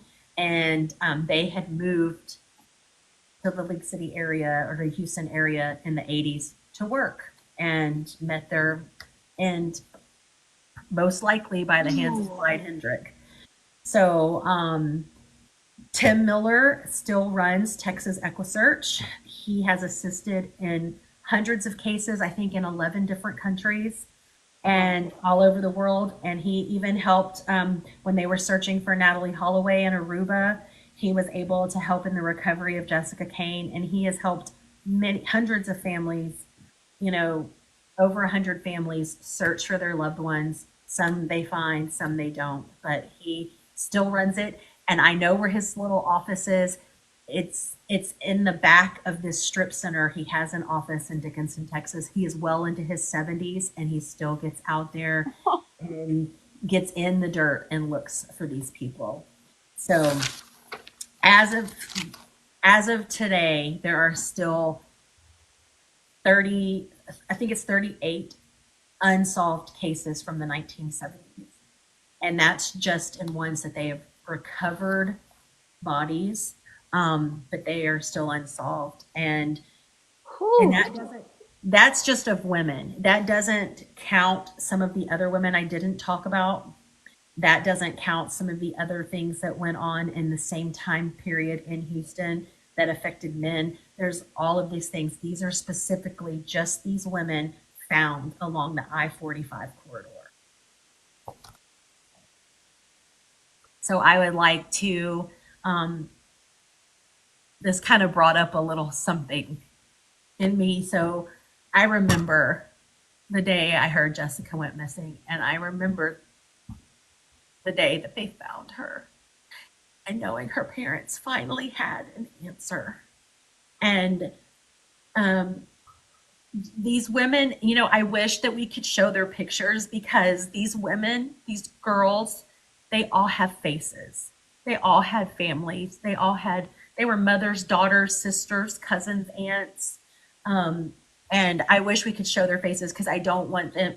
We're sitting here talking about them, but they were real people. They had hopes and dreams just like all of us. And just in a moment, it was taken from them by some sick men. And we need to always be vigilant. And, one good thing about Big Brother and technology is now some of these things wouldn't go unsolved for so long because there are cameras, there are things. But so often, I want you to think about because women still go missing all the time. I want you to think about how many times you turn a blind eye when you're out in public of something happening. In a case that's more current, like Gabby Petito, people reported him abusing her in public, and look what still happened to her.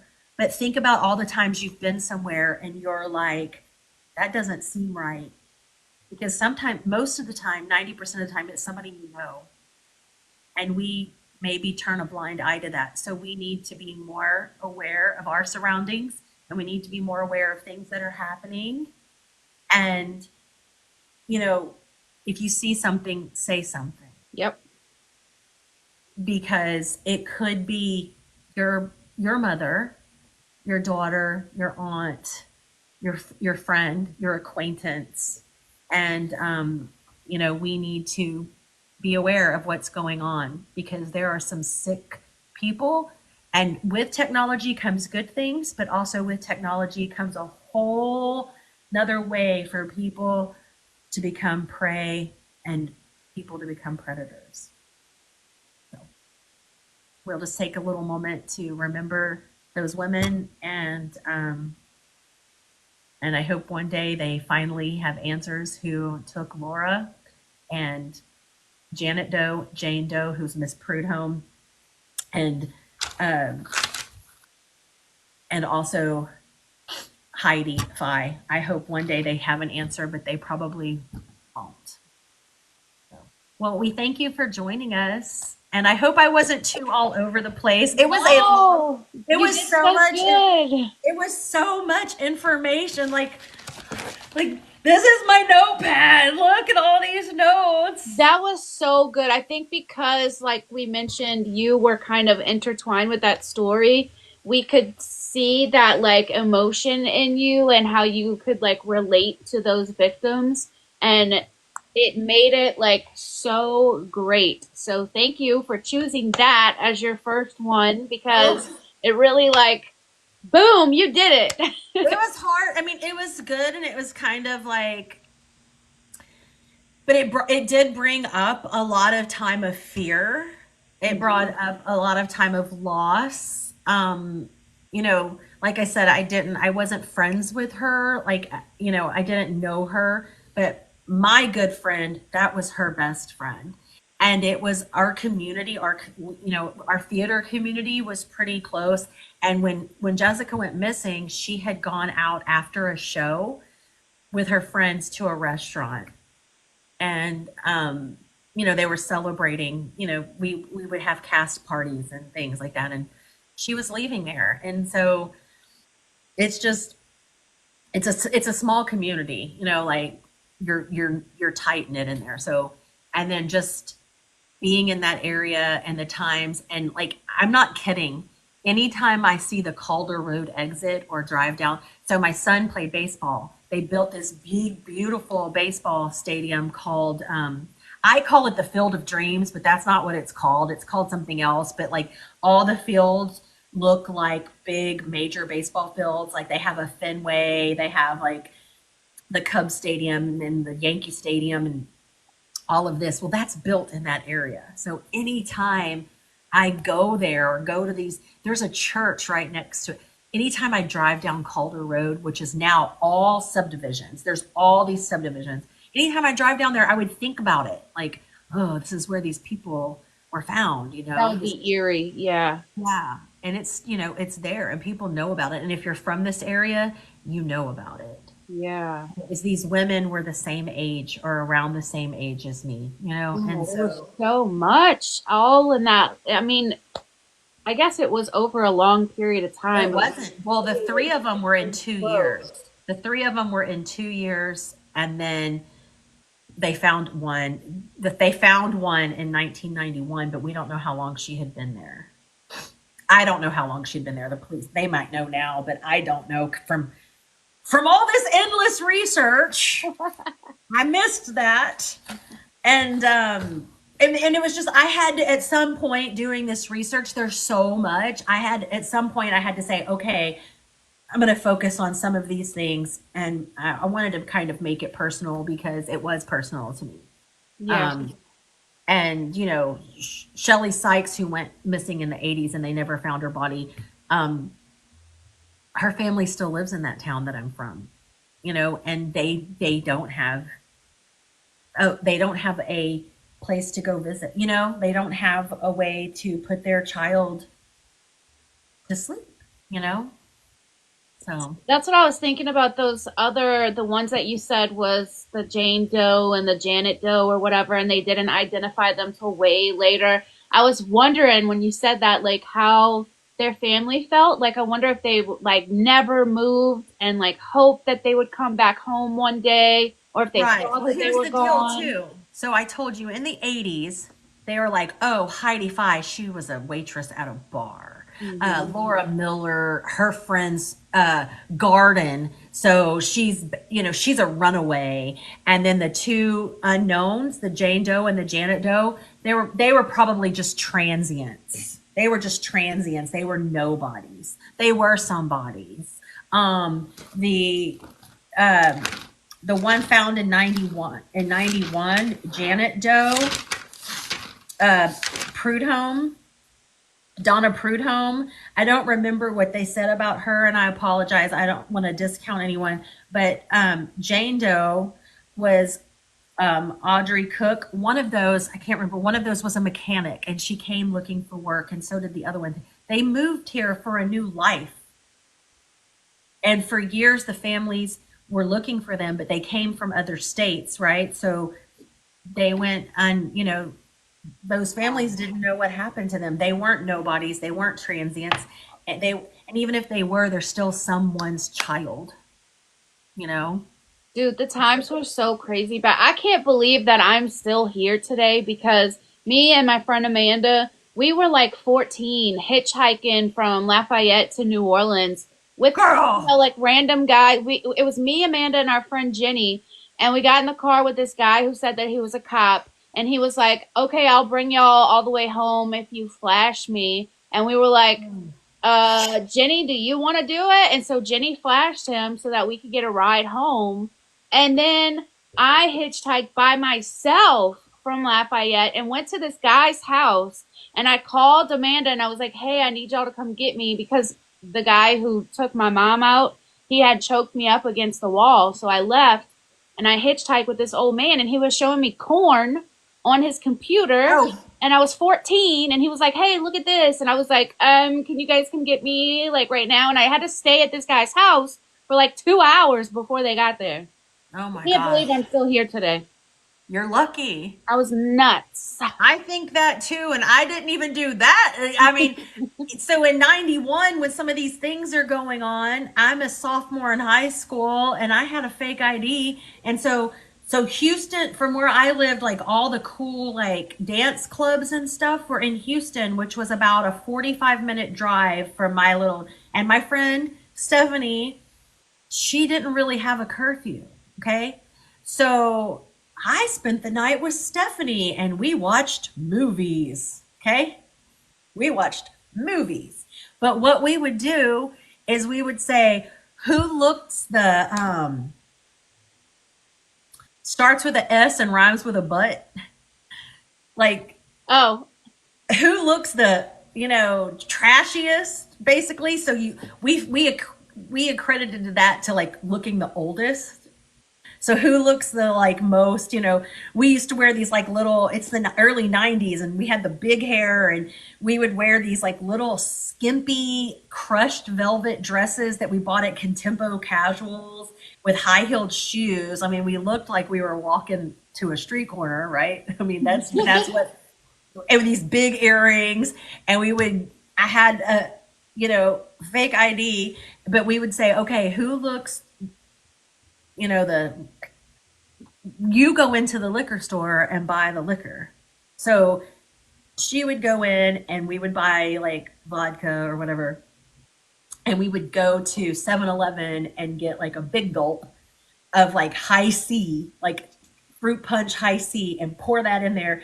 And we would drive our little butts, 16 years old, to Houston to go hang out at places where there's 20 something year olds, right? Like dancing all night in Houston and then drive that 45 corridor back home. And we just thought we were hot shit, right? Like, look at us. And I look back now and I go, how did we survive that? right? Because we were exposing ourselves. Like, how are we not graped Mm-hmm. in these parking lots? How are we not, you know, how did something it's a wonder a lot of us, someone just wrote, it's a wonder a lot of us are alive. It was easy to sneak around without cell phones and social media. Yeah. Yeah, because it's like the thing we always see, that meme about Gen X. It was like our parents thought we were staying the night at Stephanie's and we were passed out cold in somebody's pasture drinking Mad Dog 2020. And it's true because Hmm. we did things in our mom. I remember I did get busted one time. My mom busted me good because we had gone to a club in Galveston. It's called the Beach Club. Sabrina, I made you a mod too. Just FYI, you and Allie, I made both of y'all a mod. Yeah, I'm trying to. Next time we can green screen, girl. I'm gonna have to figure out how to do the green screen. I don't know. Um, but like we had a dance club in Galveston called the Beach Club. It was right on the beach, and so you would get sand sometime in your car and stuff. And then one day my mom had called Stephanie's house and found out we weren't home or whatever. So the next morning she called and said I had to come home early.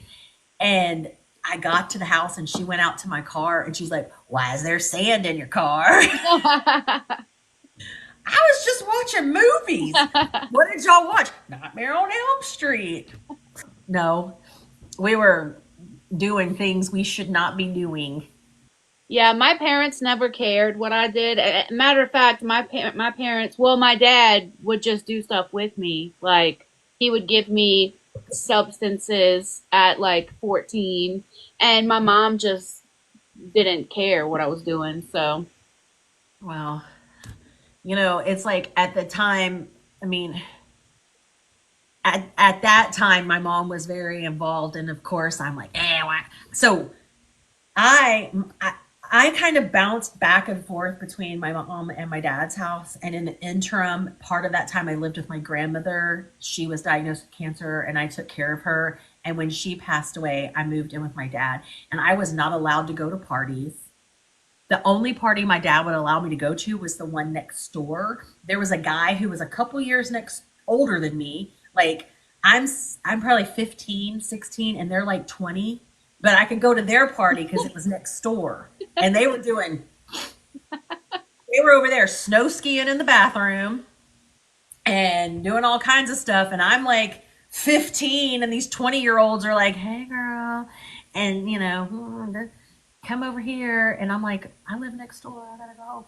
But I wasn't allowed to go to parties, so I had to lie, right? Like I had to lie all the time. And that puts you at risk because I wasn't allowed to do these things. So I would lie and I did some things. I mean, I really honestly didn't do that bad because I was always worried about being caught or whatever. I was kind of a goody two shoes, but that's good. but but I look back now and I'm glad that they were strict. But Hmm. I raised my kids differently. I let my kids do a lot of things I wasn't allowed to do because I had trust in them. But I told them if they ever broke my trust, then their privileges are revoked. But my children have never lied to me. Like they tell me things I don't want to know. I'm like, TMI, keep it to yourself. But Good. they always felt like when I was so like when I had just turned 15 years old. It was my freshman year in high school, and I was essayed by my friend's older brother, and I never told anyone because I lied about where I was going, and I knew if I told my parents that I would be in trouble and it would be my fault. I knew my parents would say, "That's your fault." So that happened to me, and it was I still had my V card, and you know what happens during that time, and it was pretty violent, and I had to walk home like 2 miles while I was injured. And I remember going home and my mom's like, "Where have you been?" And I was like, "I was at Angela's." And I was at Angela's, but Angela wasn't there, but her 20 something year old brother was because he was home from the army on Christmas break. And so, but I couldn't tell. I couldn't tell because I lied. And and I also knew the kind of parents I had that it would have been my fault. So I didn't tell anybody. But that's why I never wanted my children to ever have any fear of telling me where they were, who they were with, what they had done. And my children have told me they've done things that I'm like, why did you tell me? I don't want to know that, but I'm so glad that they feel comfortable to come to me no matter what it is and Yeah. knowing they were going to have um, the support they needed. I'm sorry to hear that. I know that a lot of women deal with that, like, guilt, I guess, when something like that happens and thinking, like, oh, well, if I wouldn't have gone to this place or if I wouldn't have worn this outfit or, just, and it's sad that women ever have to feel that Well, way. I think we're taught victim shaming anyway. Um, but I knew that he was there and she wasn't because I had seen him at the mall that day or the day before, and he told me I was pretty. And when you're a young girl and you're like, oh, he likes, you know, he likes me, and you don't think of people doing harmful things. And I've survived it. It didn't. I'm sure it altered some chemistry in me, but it didn't define me. And so I just know, like, my biggest thing with it was not that that happened to me. It's that if my parents knew, I would be in trouble. Yeah. So I never wanted, that to be the case It's because crazy how, like, opposite your upbringing was from mine because, like, when that happened to me, I felt comfortable enough to go and tell my dad. And, he took me to the hospital to go get the test done. And we called the police. And then we were supposed to go to court. And I was 14, and the dude was like 19. And my dad was like, I can't go to court because they might arrest me because I have warrants. And so nothing happened from it. It was just dropped. well, yeah, it's I don't know. I look back now and maybe something would have been done. Nothing was ever done. I didn't talk about it for years. I didn't talk about it for a long time. And when I think I had just graduated high school, so I would have been at 18. I was out at a country and western dance club, and this guy kept hitting on me and asking me to dance. And I kept telling him to leave me alone. And he was like, oh, Miss Thing, you're so fine, blah, blah, blah, blah, blah. And I said, listen, you may not know who I am, but I know who you are. And I called him by his name, and he looked at me and he was like, how do you know my name? I said, you may not remember me, but I remember you. I was like, I said I was barely 15 by 2 weeks. And Wow. this is what you did to me. And he goes, damn, girl, maybe I should have called. You turned out to be pretty fine. The That odd. motherfucker. Oh, yeah, he on Facebook too. I saw him. Yeah, but I never talked about it until I just let it go. Like, it just became a part of me. Never talked about it. But my dad, surprisingly, one time my dad did stand up for me, and I did. So my dad had gone. Yes, right.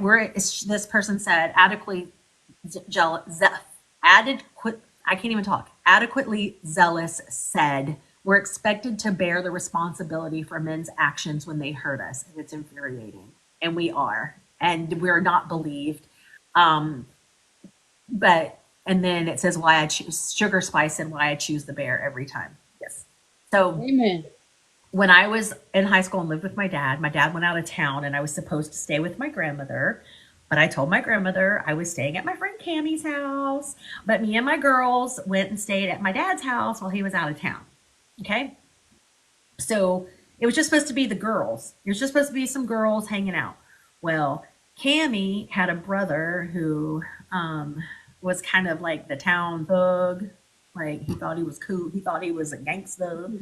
Anyway, he invited people. She told him we were coming. He invited people. They ended up robbing things. They were doing stuff in my house, like smoking inside my house and ashing on the floor, like just being crazy. Somebody got in a fight in the front yard and pulled a gun. Like it got out of hand. I made these people leave. Okay. Well, I'm trying to make everybody leave. Well, he didn't want to leave. So he, me, and put my head through a window. Like the, it was, Damn. we had this older house and it had like this door with a window that like was like a small window like this big. And when he did it, I don't know how the window did not break. It just came out of the pane. Like it did not break. So I had to I had to put it back in. I completely cleaned the house, right? But my face was a little messed up, right? Oh my God. So um the next night I went and stayed at my grandma's like I was supposed to. My dad came home. The neighbor ratted me out, told my dad I had a bunch of people over there. So when my dad came to pick me up from my grandma's house, he sees my face, right?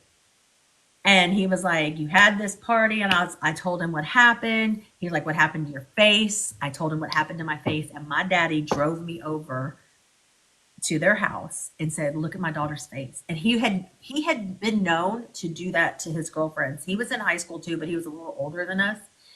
And my dad went off. And you know what? My friend, we weren't friends after that. She's like, my brother didn't do that.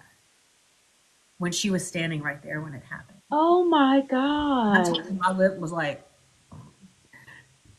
black eye lip. I was all messed Oh, I up. hate bitches like that. And his family, he's like, I didn't do that. I wasn't even over there. And his parents were like, get out of our house. He would never. We don't raise him like that. And that's exactly why he is the way he is. But my dad, he believed me, and that was he did do that. So that's the one time. So that was a good thing. Well, I'm sorry that that happened to you, and I'm sorry that nothing came of it because somebody had warrants. It's not funny, okay? It's No, not but it funny. is story of my life. It's my dad. Anytime the door would ring, we would have to stand under the peephole. Like the peephole would be here, and we'd have to stand against the door like this because it might be the police. We couldn't even breathe. He'd be like, don't you move." Hey Jen, can you please make a new mod? I don't. I can't. Okay. Oh, make me a mod. Yes. Hold on. Sabrina.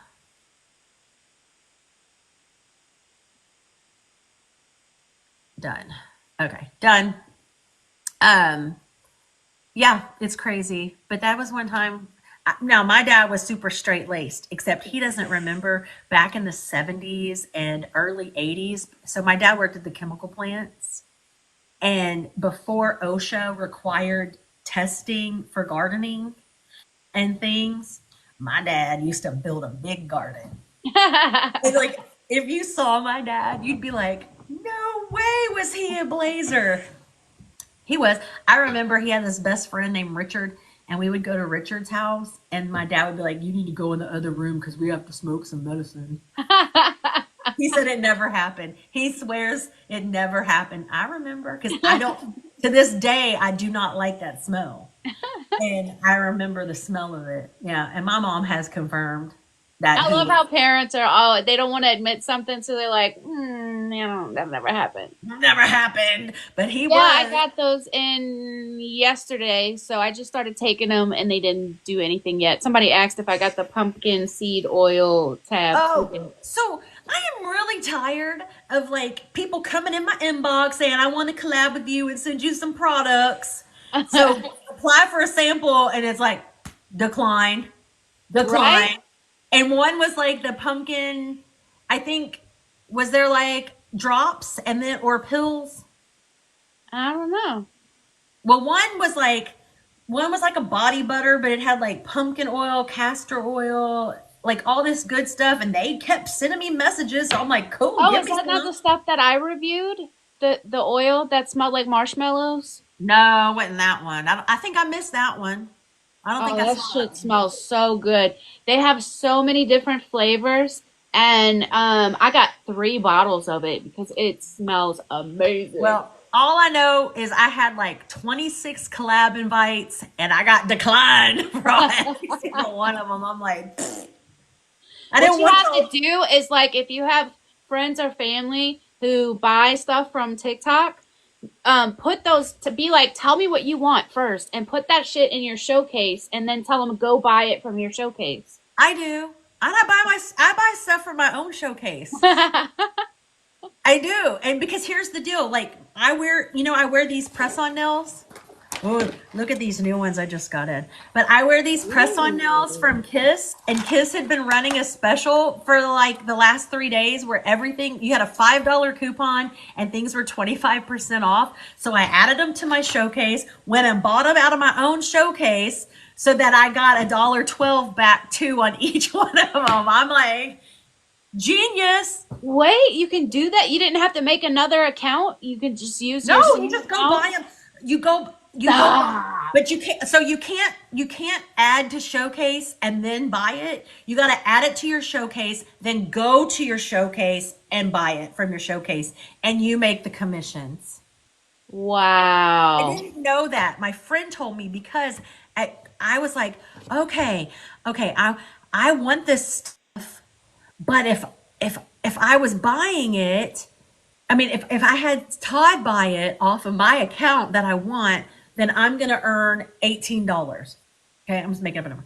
So I made Todd go on. I went on Todd's TikTok, went to my showcase, bought the stuff, sent it to him, so I could get my commission because it's like just getting a coupon back, really, honestly, right? So if something costs $10, you get $1, you're getting it for $9. So that's what I did. And then I told my friend about it. I was like, I'm a genius. And she's like, girl, she's like, you can go buy stuff from your own showcase and make a commission. I really thought I thought I had like found something new, girl. I thought I had like really, I'm like screwing the system here, making my 83 cents. That is so genius. I can't believe I did because I thought I was like on to something too. I mean, my son buys shit from the TikTok shop, and I'm like, tell me what you want first so I can put it in my showcase and you buy Yeah. it for me. Yeah, but here's the deal. That's still good too, because if you do that, because then you're getting more buyers, right? So it's still good too. I don't think anybody buys anything from my showcase. I haven't sold anything since after Christmas. But the one thing that did well was I didn't think it would because it was a very expensive item. And it was that rolling bag that my cousin had given me for Christmas, but I found it in the TikTok shop, so I made a video and attached the product. And that bag is like $67. I mean, it's not cheap, okay? But you got a $10.83. So let's just call it $11 commission off of every bag. And I think I sold 4 bags. Damn. I know. And I didn't, and I thought, oh, these will sell. They're $7 free. And if you spend 15, you get free shipping. So you buy 2 pairs and you get free shipping. No, nobody's bought a hot thing, but I had some weird stuff in there lately, like the samples that I've got, like like this. Do you want this? I'll send this to you. Or rate. Sure. I need to send you those little lipsticks anyway. Oh, perfumes. I mean, the little perfumes Yes. because you like the little minis. So, have you tried? I know we're off topic now, but now we're all chatting, ladies. This is now just the after party. Um, have you tried like any of the perfume that's supposed to smell like Baccarat Rouge? So No. there's like a dossier one, which is called Ambery Saffron, which I have, and I have already gone through the whole bottle. And then there's one called Alt Crystal 45 or 25 or something like that. And it's supposed to um, smell like this Baccarat Rouge as well. And since I'm out of the Ambery Saffron, I want to know which one I should order. So I need people who've used both of them to tell me. I've heard a lot of things about the Baccarat Rouge. Hey, anybody who's on my live, can y'all go follow the girl who's commenting called Baby Girl? She is so sweet and she's always supporting me and she oh, but also you don't need 1,000 followers to go live because Dee that's in here, she went live with only 300 followers. You just have to be active in other people's lives and like gift them and comment and like share live and stuff like that, and then they'll let you go live. Well, But I can't see her in your comments, so if you'll like send me a DM later, I'll go follow her too. If you like send me her handle, I'll go Okay. follow her. Cause like I have some new people in here, like Miss Sugar Spice. I met her through your live before, and Miss D. I know. Candace asked me, Maldi. She's like, "Why do you call her Miss D? How old do you think she is?" And I was like my age, but it's like it's kind of a thing. You grew up in Louisiana, so you don't say like Miss something like Miss Candace, Miss this, Miss that. So like they're calling you Ma D, and I'm like, well, I don't know her like that, so I'll be like Miss D out of respect. But now I'm just gonna call her Ma D like everybody else. actually, you missed everything. We're done. We started at 8 o'clock. Who you asking? Who is that? Oh, did I just add you on here, Dom, or did Candace? I did. Oh, I'm like, where did she come from? Hi. What up? Hey. Hey, Candace, I know you crush on my older son, but my 18-year-old son said, I mean, Dom, he said, how does Dom feel about broke 18-year-olds? It's a no for me. I'm sorry. She said, I don't want no scrubs. That's what I told him. Can't get no love from me. She Mm-mm. said, I ain't Wow. trying to. She said, get your education full and then call me. Yeah. Then you can call me. He was like, she's kind of a baddie. Like, Hi. Stop playing with me. and he goes, does she know I live in Crowley? I'm like, that's not really something to brag about in Crowley. Honey, he is way too young for me. Girl, he thinks he's like, am I ugly? Why can't I get no dates on Tinder? I'm like, it's that crappy mustache you're trying to have. That's why. He has a mustache? No, he thinks it's a mustache, girl. It just looks like some dirt. My mustache comes in thicker than that. Okay, I'm like, Right. That's funny. but he was like, when I was showing him, like, because he's like, who are you going on these lives with, and I was like, oh, and this is my friend Dom, who I met through Candace. And he's like, are you really out here meeting people on TikTok? And I was like, yes, these are my friends. These are my dogs now. These are my friends. Gang, gang. And I was like showing him y'all stuff, and he saw Dom, and he was like, I said, she done crushed on your brother. He's like, what about this one? Yeah. Just tell her you got an 18-year-old son with no job. She's trying to get that $400,000 a year, son. Okay. I was like, maybe she'll be a we talk pilot. a little bit. We talk a little bit. He's trying to be out there trying to be a professional baseball player. So one of them boys better buy mama a house, okay? They will. You know what? I'll even settle just for a Range Rover. Maybe a Chanel bag. I'm like, I don't even have to be expensive. Just put me in the good nursing home. Don't put me in the sketchy one. Nah, I told Dylan, my son, that he's just gonna have to take care of me. He's gonna have to wipe my butt and everything. He said, Mama, I will hire somebody. I'm not touching your butt.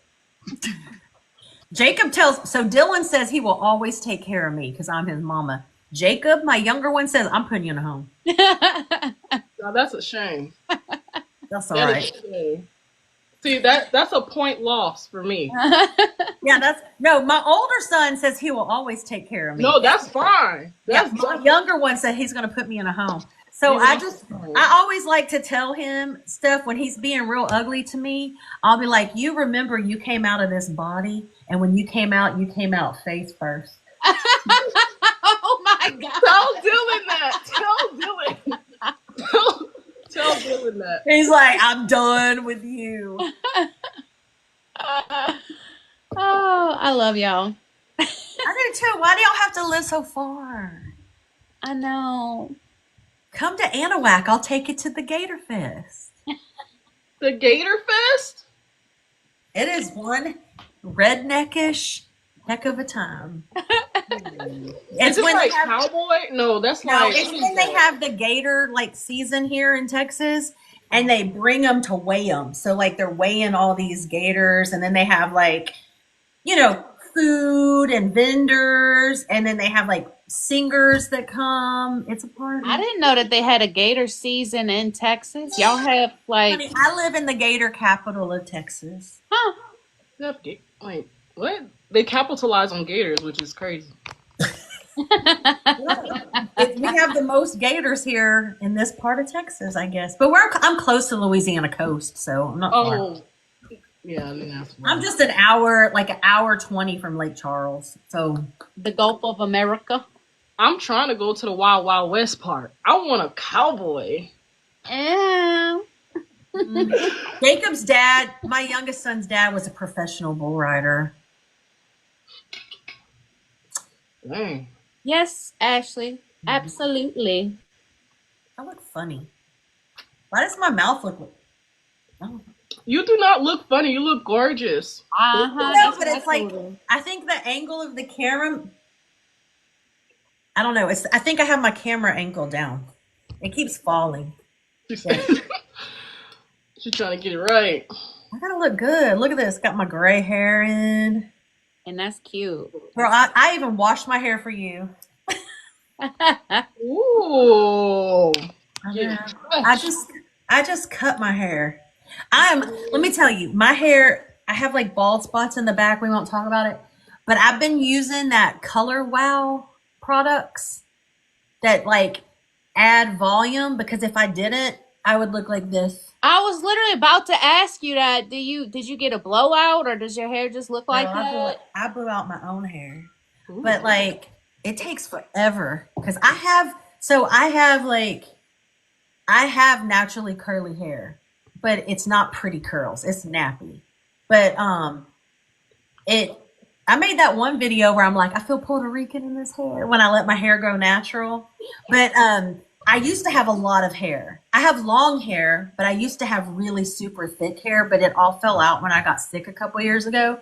And it's just, now that I have menopause, it just keeps falling out and turning gray. But all of this is because of Color Wow products. They're expensive. So what I did, I add them to my showcase. I go buy them from my showcase, and I make my $10. Work? Like, if you buy your stuff from your own showcase, like, would you get commission off of what you? Yes. She just told me that. I was like, no shit. What? I didn't know that. I did not know that. So if I wanted to make commission on something, I would go on Todd's TikTok and buy it from my showcase so I could make commission. And I was telling another creator whose name's Kate about it. I'm like, I got the ultimate hack. And she's like, girl, just go buy stuff out of your own showcase. You get commission. I'm like, no way. Sure enough, it did. Mm-hmm. That's real money back right there. Oh, it's like getting a coupon, right? Yeah. It's a coupon. It's like getting an extra $2 off. I'm so mad at myself for not figuring this out forever ago. But you have to add it to your showcase. Then you have to go, because I made a mistake of like adding it to my showcase and then adding to cart like at the same time, and it didn't. You have to add it to your showcase and shop your showcase. So go back to your showcase and order it from your showcase. That's smart. Mm-hmm. Yeah. That's like genius. Wow. Yeah. So now anytime I want to buy something off TikTok, I buy it from my showcase. Or if I want like an extra buyer, I just have Todd go on there and buy it. Plus, if I do it on Todd's, then it goes on his credit card. And I got to put it on my Karma account or whatever. Klarna. Klarna, yeah, I'll be paying like, Klarna will be like $8, $3, $2. I'm like, I can't even keep up with it. I Klarna myself to death. I'm not even gonna lie. And sometimes they'll be like, you can't use Klarna unless you spend at least $30. And I'll be like, well, I guess I'm not getting it then. But then if I get a whole bunch of stuff, I'm like, okay, Klarna. I ain't gonna lie, that dumb puppy that we got that everybody thinks is so cute. So, dumb puppy. Girl, let me tell you. Okay, there is one thing that I will spend my grown-up girl money on, but some of it has come because I get gift cards. And I don't want to hear nothing about it because they are overpriced bullshit, but I do not care because I only wear Lululemon leggings. Don't judge me and my $100 leggings, okay? It is my bougie. I will carry a fake Louis Vuitton all day long with my 100% real Lululemons, okay? So last year for Christmas, Todd bought me a limited edition pair of Lululemons, that are like kind of sparkly. They're my dressy leggings. Okay, they wear what I wear to fancy occasions. That little puppy, she bites everything. Okay, she's already ruined 2 pairs of Lululemons. The limited edition ones were $128. Because she nips, and she's got sharp little teeth. 2 holes the other night in them. Oh, she gonna be nipping in that trash can. I know that's right. So guess what? They're limited edition, right? So they're not for sale anymore.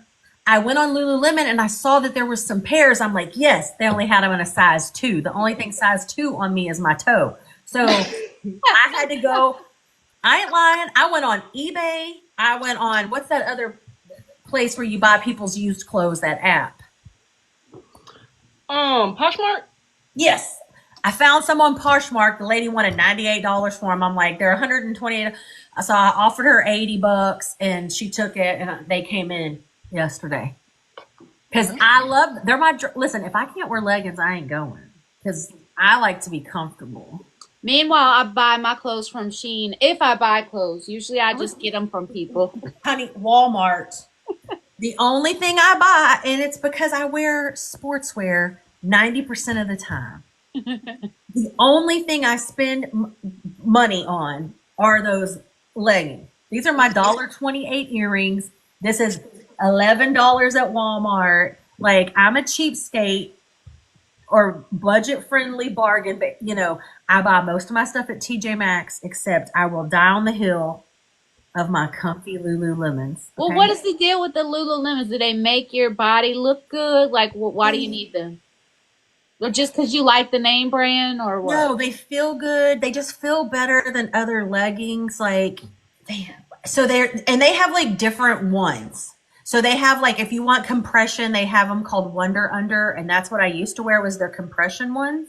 But then my friend's like, you have to try the Aligns, which are like butter, and you put them on. Oh, girl. So, like, I don't know how to tell you. They feel like silk, and they just fit my body good, and they don't roll down. Like, they fit my curves good. And not only that, I'm a size 12, 14, and at Lululemon, I wear a size 8. Okay? Like, in the leggings, not in the tops. And I don't buy their tops. I only buy their leggings. Okay? But I not only usually buy myself 1 pair a year, or like I get gift cards and I save them up and go buy stuff, right? Todd always, for Christmas this year, he bought me a Lulu gift card so I could go buy, That's sweet.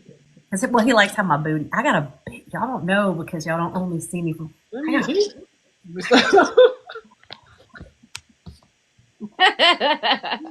it's badonky donkin. Like, my friends have always, and even if I'm skinny, even when I'm skinny, I have a big booty, so they call me Big Booty Judy. But he likes. Just like Candace. I got a booty. Like, yeah. My son is not loving it because his friends will comment on the size of my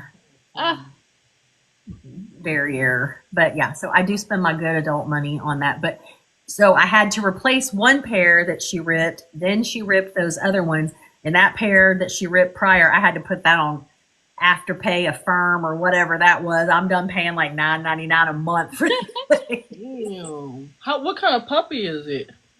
It is part Australian Shepherd and part Golden Doodle. She's so pretty. Oh my God. Her name is Dolly, beautiful. Like Dolly Parton. She has blue eyes. She's so freaking pretty. And she is I'm changing her name from Dolly to Sally because she is Psycho Sally. That dog, and bless her heart, she's a puppy. She's just bored. Right. She's bored. She's running around. Like, I try to play with her, but she, like, every time you walk past her, she nips at you. Runs and nips. And I'm like, a lot of patience. I'm gonna tell you that right now. I don't. Today she peed in the house. Listen, and like, she has ruined my little boy, my little bonus son JJ. 2 pairs of his sweatpants, 2 pairs of my Lulus, a pair of my older son's like Adidas sweatpants, and Jacob's. And them sweatpants be expensive. Like, I try to find that stuff at Ross. I'd be like, oh, look, Adidas at Ross, $9.99. I ain't trying to pay Adidas at Adidas store. That's a Most nice. people would be in their neighborhood Facebook group saying, I'm trying to rehome a puppy. Listen, that Todd begged for that dog. That is supposed to be his puppy. That puppy is with me 90% of the time. And I'm like playing fetch. She just has a lot of energy. Give her some of Todd's clothes to chew up. Doing none of his. And I know she's doing that on purpose. She's not doing this Because stuff. he wears shorts all the time too. I don't know. And she doesn't really nip at him. And I'm wondering if it's because the ones that she nips at are the ones that we play with her the most. So I think that she's like trying to just play and get attention, but puppies, never again. She's nipping at him. I'm gonna go nip at him. That's right. That's why he sent me that giant bouquet of flowers for Valentine's Day. And while I appreciate the flowers, I could have taken that money and bought some more Lululemon. Oh, my husband already knows. Don't buy me flowers. No, these things are beautiful, but it was like they're huge.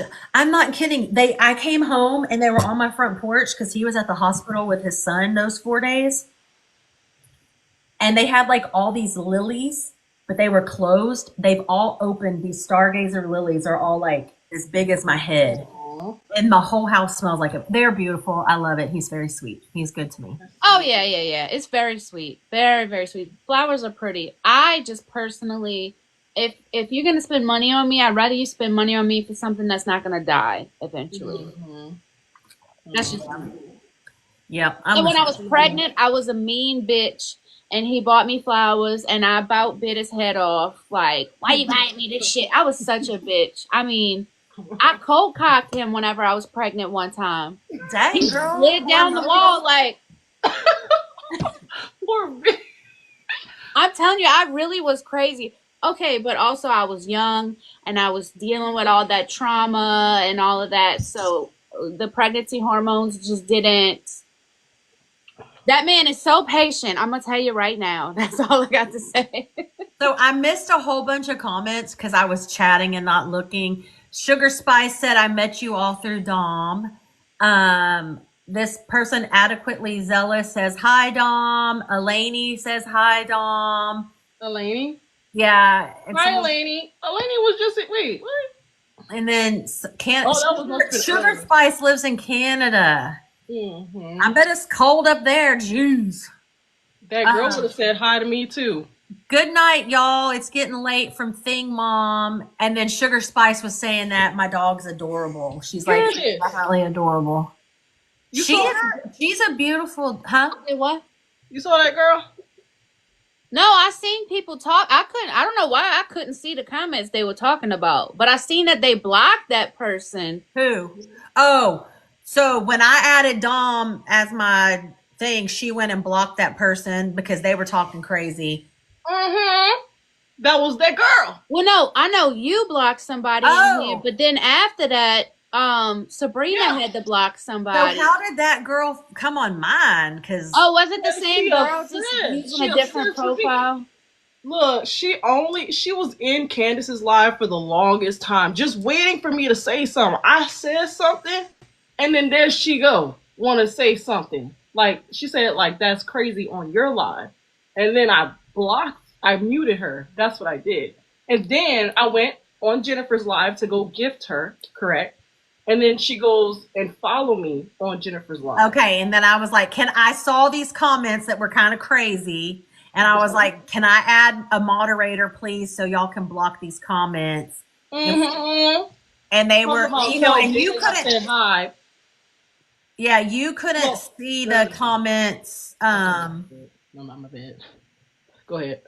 And like Candace couldn't see the comments because she was on my live. I mean, but then I guess it was maybe the same girl who came back with a different profile because the name was Dramonique, and I guess she was talking shit on here, and Sabrina was like, "Can somebody block her?" So I made Sabrina a mod, and I saw in my comments where it said Sabrina blocked Dramanique, but I didn't see none of her comments. I didn't see nothing she was saying. Oh, honey, they obsessed with me. Mm-hmm. Oh, girl, wait a minute. They Yeah, and more now I obsessed with can't me than see the he is. comments that Dom blocked. Oh, and I didn't even know Todd was in here and he was giving me gifts. Cause I was like Oh, in oh it Dom's was old photo. What okay, old so I photo? found it. I found it. It was Haiti baby. Uh-huh. And it said, "You're on my body," laughing emoji. "Lord, girl, I sure ruffle your feathers." Dan says, "Hi." And then Sugar Spice wrote, "At Haiti baby, go heal, please." And then I asked verbally, can somebody be a mod for me? And that's when Dawn was like, "Make me a mod." And so I did. That's so weird. Like that level of obsession when you wasn't even on live. Like, what is that And then she gotta make a whole profile called Dramanique for what? That level of obsession is like Block it. Yeah, why is she coming in crazy. on me? I don't even know you. That's all Block right. it. I'll take the notoriety. Block it. I'll take the notoriety. They're pick-me's. Exactly, Sabrina. Tell them. Yeah, like, don't make me Yeah, specific. send it, please. Haiti better enjoy that STI. That's what Elaney just said. I mean, like, don't make me go on like a swamp tour in New Orleans. And Dime, Dee said that it was a picture of you too on that Dramanique profile. Mm-hmm. That's Mm-hmm. crazy. Mm-hmm. Send it right now, Sugar Spice. Send it right now. Ashley, we was talking about the I-45 Schmilling Fields on. You could watch the show on Netflix, but we Oh, already yeah. told the So story I will tonight. say this about the Netflix one. I've seen a lot. There are some dramatizations out there that are called the same name, but it's fictionalized and it is nothing at all the same. But the one on Netflix that's the documentary, and I think it came out 2 years ago or within the last 2 years, that documentary is the best. Elaney, the one that you're talking about, a movie, I think it came out in 2011, and it is very fictionalized and nothing anywhere close to the truth. But the documentary on Netflix is the best one I have ever seen. And there is a book by Kathleen. Hold on, let me find my notes. There is a book that I haven't read yet, but it goes all the way back to the 1970s to bring awareness to all these women who've gone missing. And this lady named Kathleen wrote a book. Where's my note on it? So I can find, oh, here it is. It's called Deliver Us. And it's supposed to be a very truthful, like timeline wise telling of this, all of these suspects, women, why it happened, where it happened, and all of these cases that went on for 3 decades. But the one on Netflix, if y'all want more information on it, go watch that documentary. It's so good. I think it's a 3 or 4 parts. And Tim Miller's on there. Oh, what's going on back there? You got a new box?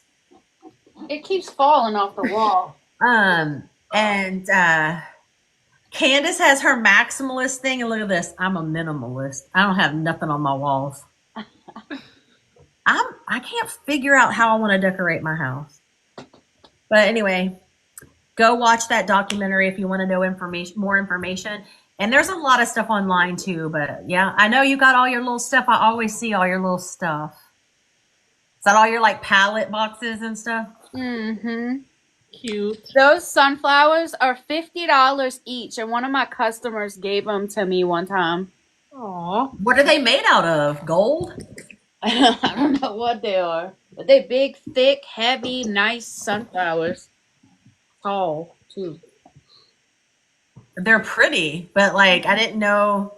Yeah, she says Sugar Spice says I feel that with decorating. Yeah, I don't know. I don't know what to do. Like I have this house and it's a different like the house is more modern than I'm used to, so I don't know how to decorate in that way. And I don't want to do like farmhouse and then I don't want to commit to like boho like it is a hodgepodge up in here. My living room is like my New Orleans room. I have cuz I used to go and take Eva to the zoo like almost every weekend, and every At the time I would Audubon go, Zoo in yep, Maryland. I would I've spend never been and so I've much always wanted to money. go. It's awesome. We would have fun. At first, when Eva was like a baby, she hated it. Like we would put her on stuff and she would cry and she would be like looking mad the whole time, and then she got a little bit older and she started loving it. But yeah, we would go to this like the alligator part, and they have gift shops where you could buy a bunch of stuff. So I bought this art and had it framed last time I was in New Orleans. Can you see it? It's a Oh, street that's drawing. cute. So I found like so um I like started trying when I used to travel a lot and everybody collects like shot glasses or whatever. I quit doing shot glasses and started doing Christmas ornaments like for different places I was from. So like it's something I would actually use. I don't need 50 shot glasses, right? But I Hmm. did Christmas ornaments and then my friend would buy this art. Now I can't afford to buy the art like she did. But I went to like the little street vendors in New Orleans. They're kind of like all in that it's down in the quarter and it's like these big tents where they have all these vendors and it's Uh-huh. like people selling everything. I bought like this book for my little niece and the author signed it. It's the most beautiful book about a little crawfish. Um, and I mean, the illustrations are like so cool. But then I found this artist and his stuff was very, very inexpensive. And I bought a piece of, I bought, so he had his real art that was a little more pricey, and then he had prints of his art you could buy. So I bought the prints because I can't afford the other stuff. And then I started this thing when I travel for my kids. Jacob was always into sports. So wherever I was, I would buy him something from a sports team from that town. And Dylan was always into music. So I would buy him something music related. Well, when I was in New Orleans on that trip, this one particular artist drew musicians. So Dylan has all this. I bought a whole bunch from him because he had like the jazz musicians. Oh God, what's his name? My brain is like fried. Louis Anyway, Armstrong. like yes, thank you, Louis Armstrong, and he's playing the trombone and different things or whatever that is. And so he has all that art because my friend who's very generous, his name's Joey, and he lives in Austin. When for Dylan's 13th birthday, he started him an art collection of this artist in Austin who does musicians because he knew how much Dylan loved music. So, and he bought him numbered prints. So, like, only 200 were made of the original, and they made the prints. So, he started Dylan on this beautiful art, and so that's why I kind of continued that for Dylan. So Dylan has like a little art collection started, but I bought that for myself. I wanted something to remind me of in the quarter, so I got the little streetcar. But I've lived in this house almost a year now, and I haven't even hung it up. I'm like so OCD. We move so much, and I have to have my house fully decorated within like a couple of days of moving into a new place. Well, I had it like all put away and done, but I was having when I brought all of my furniture from a previous house that I was in a previous relationship, and I didn't want it. Like I didn't want to bring that negativity into my new house with Todd and our new life. And so look, she's showing her shirts. Sorry. I This got drum I house. got drum unique in here. I'm just, Oh, she came Oh, over to yours? Oh, tell her to come to mine. the obsession. Um, yeah, let's see. Yeah. It's so tired, girl. It's so tired. tell them clocker. Cause I ain't even saying nothing. Hi, her native. But what was I gonna say? Oh, so I just didn't want to bring that negativity, right? So I got rid of a lot of stuff. I just kept furniture because, like, obviously, furniture is way more expensive to replace than like knickknacks and whatnot. But I just, there's no stores here. Like, I can't even go shopping here. I have to drive half an hour. And I'm just like, nah, I don't want to do it. What can I order on the old Amazons? And then you order stuff on Amazon and it comes in and you're like, what is this? Have y'all ever ordered anything and got a mini? Yes. Timu. You order a couch and it's for. I think No, there was somebody that ordered like a couch yeah. and it came in and it was for like a dollhouse. Yeah. So I need to decorate. I just don't know how I want to do it. And it costs money. And my son is in college. Actually, I'm gonna talk to Ben tomorrow and see if like maybe he wants to watch Kai whenever I'm doing these lives just until I'm finished or something. Oh, do you have your babies? No, that's what she was asking me when because Ashley is the mother of my oldest grandson. She said, "When you gonna take your grandson?" Hi, Ashley. I don't know. Have I only seen the little one? Like you made a video. You've only seen the bigger one. Okay. The little one is like a baby. Okay. Yeah, I've seen a video of him or something. He's so cute. Yes, he's so beautiful. Oh, he is a cutie. I love babies. I love children. That sounds creepy, I know, but I do. I love kids. I don't like babies. I like toddlers and older. Yeah. Well, I used to teach preschool when I was in my 20s and lived in Austin. Hi, I'm here too. Hi, boy mom. Wait a minute. Who's that?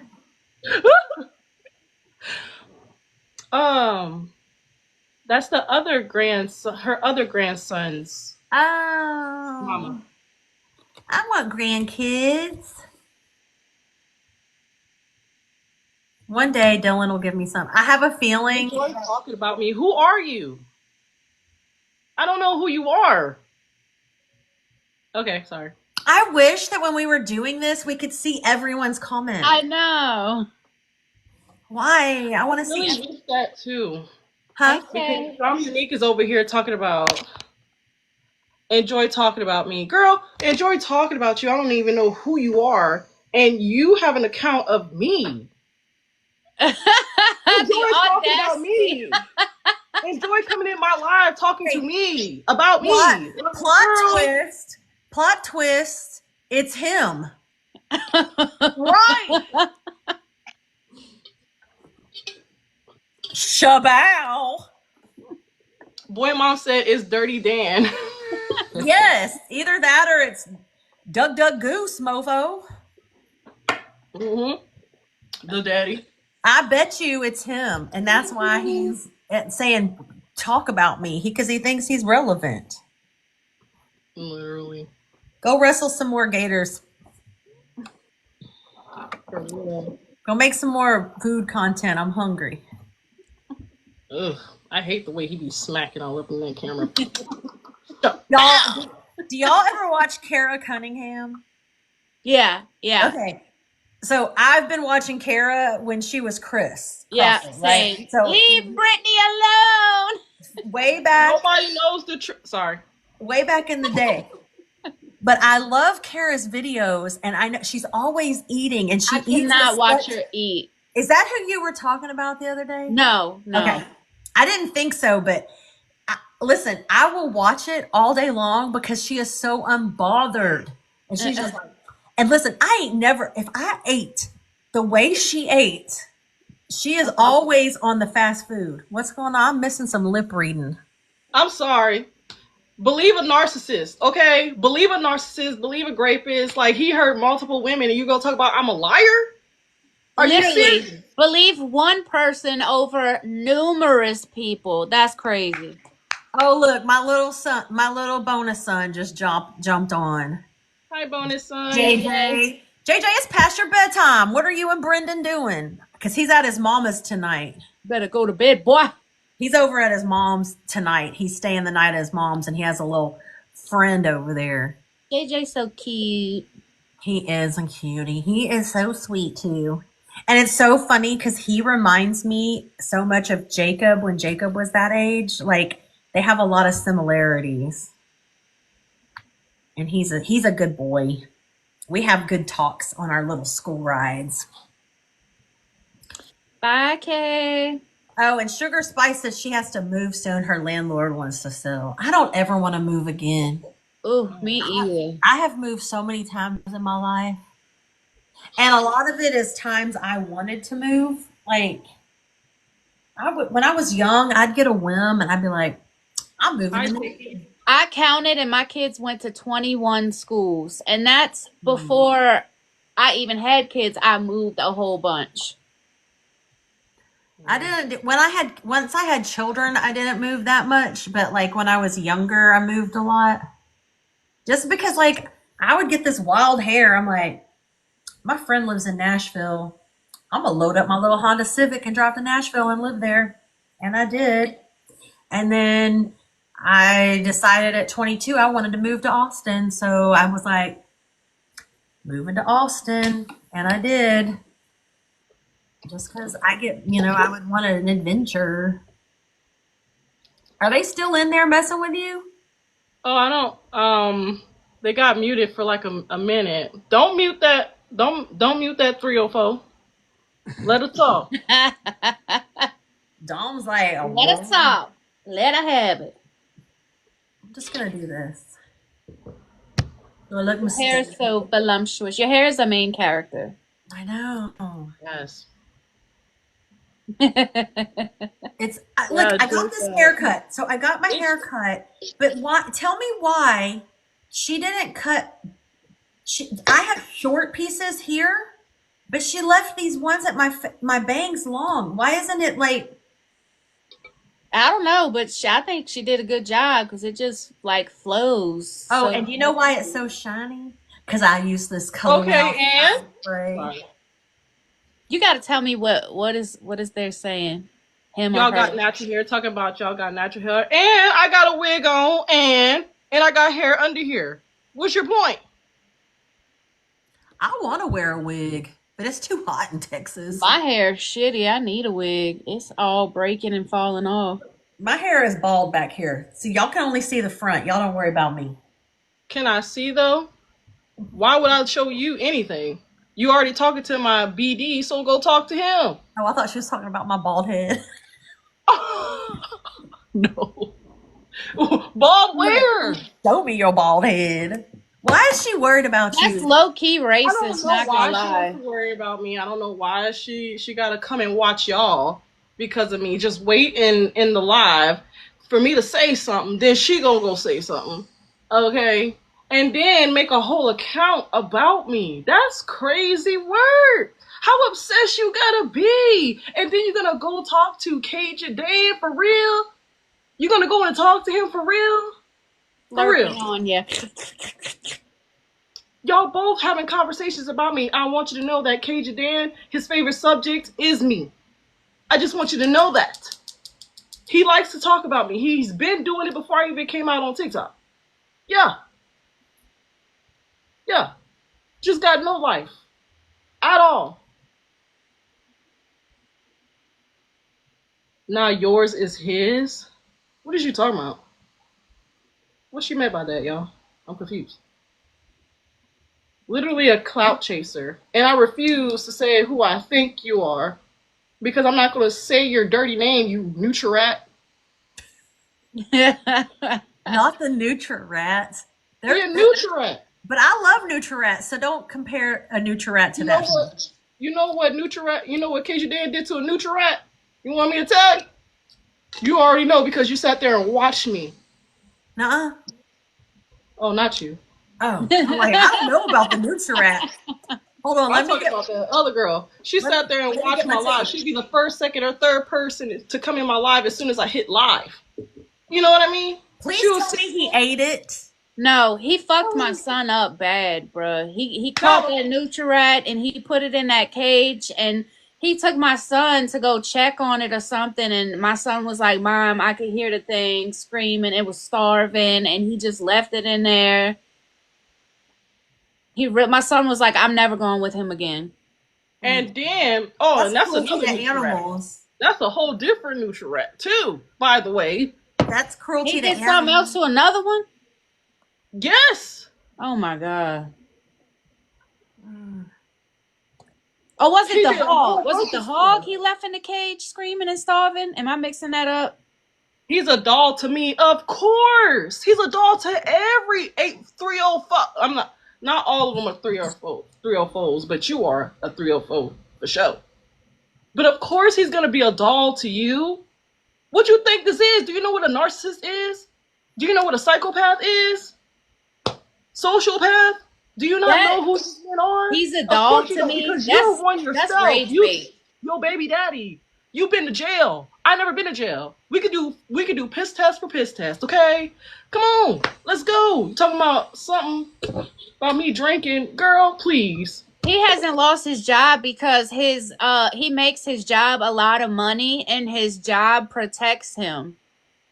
The guy that owns that business, that him and his dad have been knowing him for a long, long, long, long time. And because of him getting like famous on TikTok, it was bringing a lot of business over to them. And so he will protect him.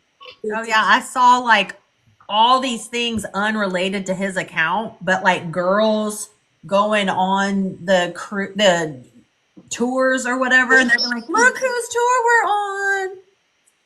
Like when he A first, lot of women that he would try to get at too and would get at would be just people that don't even know him on TikTok, but he would get them off of their tour boat. You know what he told me one time before he was TikTok anything, before you even knew him? Yeah. When I knew him, yeah, he brought 8 girls home from a tour boat and did whatever. And I thought that at the same time. at the same time, you over there thinking that you got something going on for you, girl. You just like every other. You're nothing special at all. Okay? You go on ahead, talk to him for like an hour, 2 a day, girl. I have to deal with him for the rest of my life. Dude, honestly though, that he's a doll to me comment, that just sounds like rage bait to me because nobody can be that ignorant. Come on now. No, they can't be. Especially that one. Do you know who that is? I mean, I have a guess. It could be either one out of the 3 girls that hate me right now. They got a hate train on me. Okay?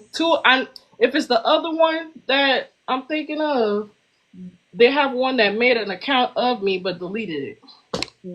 I don't know. They just really obsessed with me. They're obsessed with Danny and they obsessed with me. That's That is crazy. weird behavior. Like hella Oh, you weird. looking Like for a story. 15 Nobody years old. cares. Wow, then what you doing? How about you make your video again?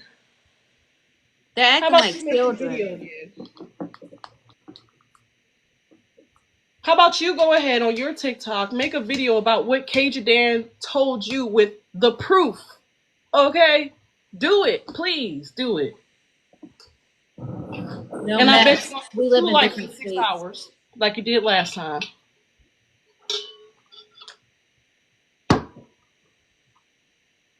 I moved to Oklahoma, so Dom is really like basically by herself out there, and he knows where she lives. Dom, I Oh ain't that yeah. far from you, baby. I'm not that Oh, far. Hey, you want to be hated so bad, don't you? how far are you from Crowley? I don't even know Hours. where that is. I don't know. Uh, I'm 5 hours away from Houston. I know that for sure. well, I'm an hour from Houston, closer to Beaumont. So I'm a Charlotte. Do you know where Eunice is? I've heard of Eunice, but I do Okay. not know how So far the away. I-10, like I-10 corridor that goes from like Lake Charles to Lafayette. Okay. Oh, The okay. Crowley and Eunice are like 25 minutes west of Lafayette. So to go to like Crowley to Baton Rouge about an hour and a half. Okay. And I'm 2 hours away from Baton Rouge. Okay, so you'd be like 3.5 hours from Crowley. at least I wouldn't let no one hurt or actually adult my daughter knowing damn well I don't trust them. What?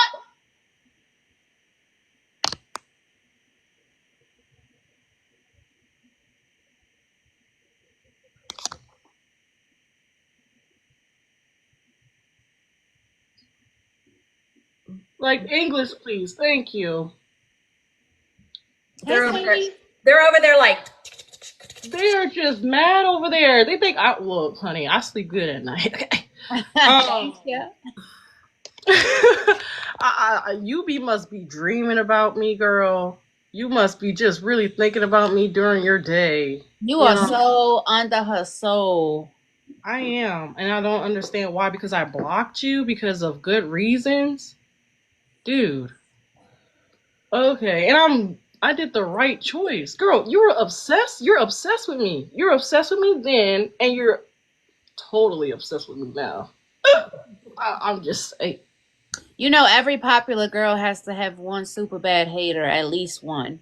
Can I get a hater? If I don't have haters, I got nothing going on for me. That's So right. thank you. I only have silent haters. Hmm. I know somebody over there looking at my stuff going, I don't know. I don't know. I don't guess. I don't have no haters.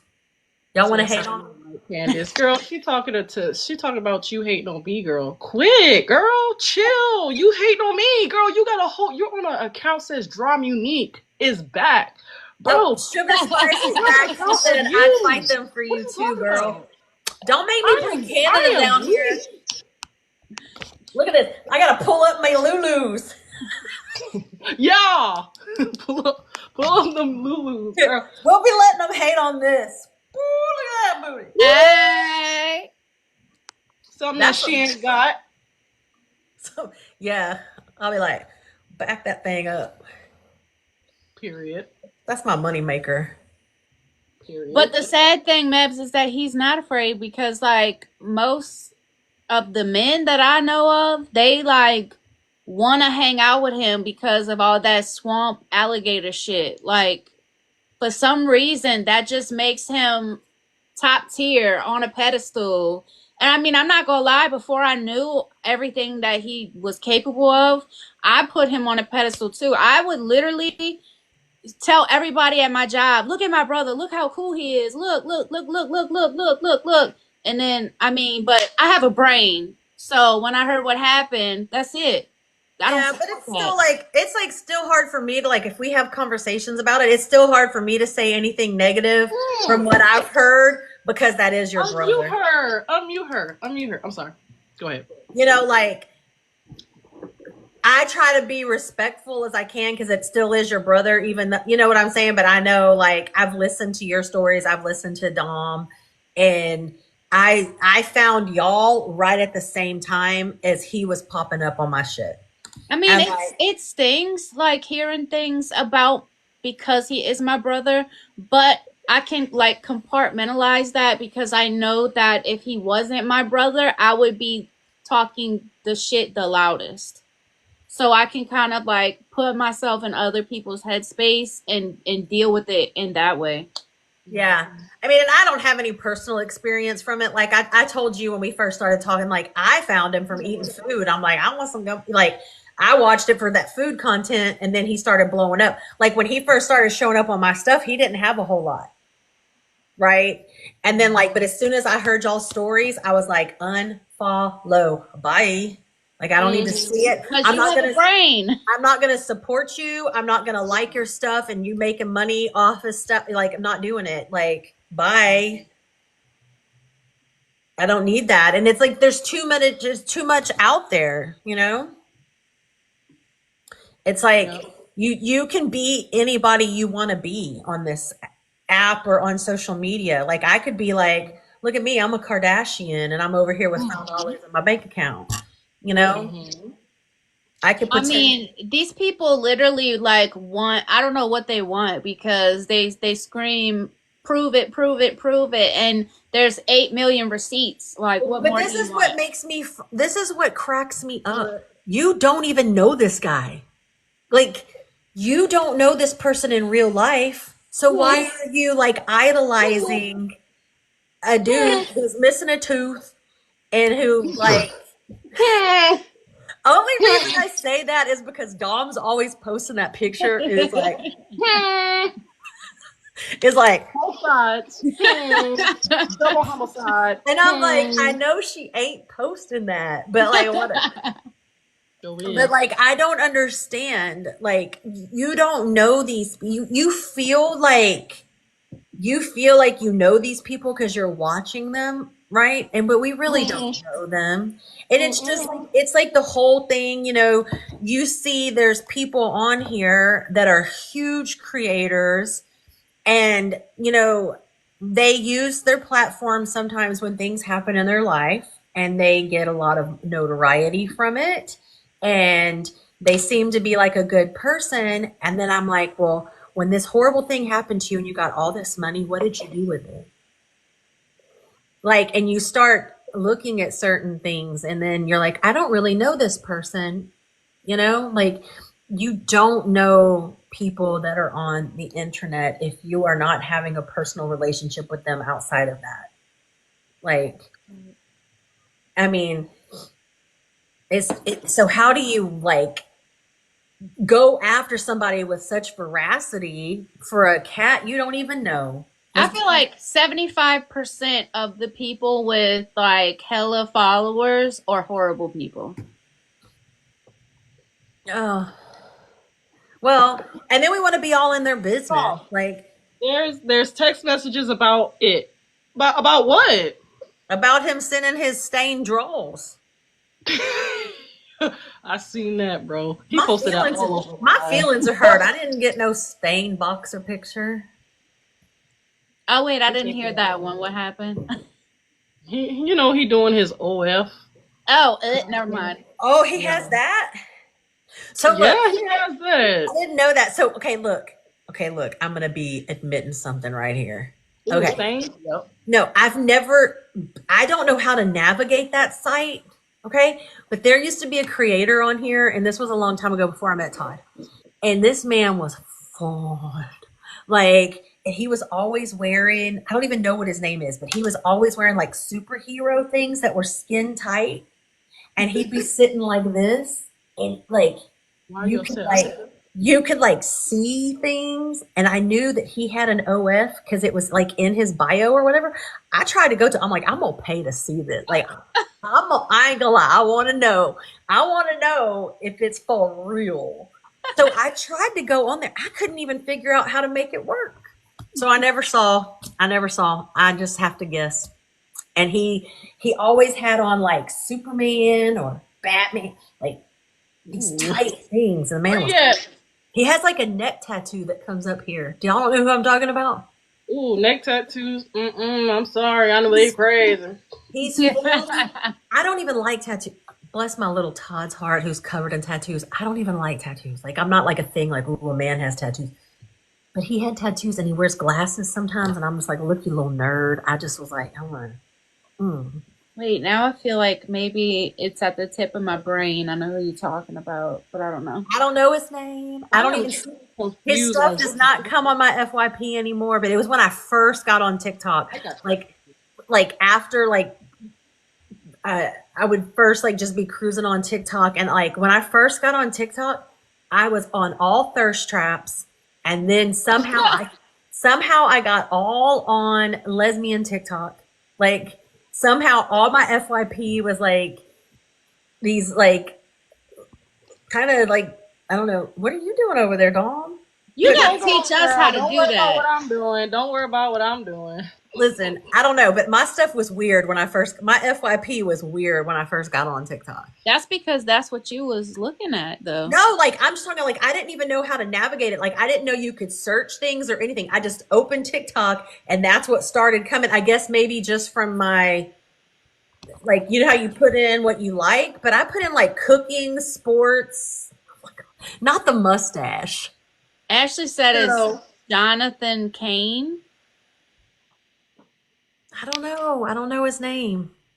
Thank you. All I know is the man was full. He was way too young for me. I don't care. He was legal. Thank you. What is this? What is this? What is Oh yeah. That's he kind of you know what I'm saying. He kind of what are you gonna put up there, Candace? I think I figured it out. Hold on. yeah. What Yeah, y'all what should happened? definitely Why did do I turn this. all weird Y'all need colors? to like save like pictures of the victims that y'all like talking about because what you said, Jennifer, was like, oh, cutie pie. Oh, what you were like talking about, What like is showing that? Is that face. bro? You gotta That's show them my bro. face. Look at old bro. Bro, I cannot wait. You said that he don't like really like new people, but I promise you, bro, we're gonna be best Oh, friends, How dude. do I do that? Go to enhance Oh, the little enhance. magic wand. Enhance. And then we Mm, do background. And then yeah, we're gonna pick a effects. picture. Yes. Okay. And then I'm gonna scroll my pictures. we're Pick so my class for old. Dom. Dom has to be. Look, I'm gonna put this tragic picture of me on it. What? Look, I got the glow up. I'm look. T T No, ma'am. I gotta get. T T. That's that glow up. That's me too, because I used to look like a nerd. Girl, so this is how Y'all rude want my to talk dad is. about glow up? Oh, Candace. I like the pink hair. Candace. Ah. Oh, look at that one though. Oh, I can't see. It Oh, doesn't. I can't see it. That's a nice chest. Yep, that's all we All see. it shows is my chest. Yeah.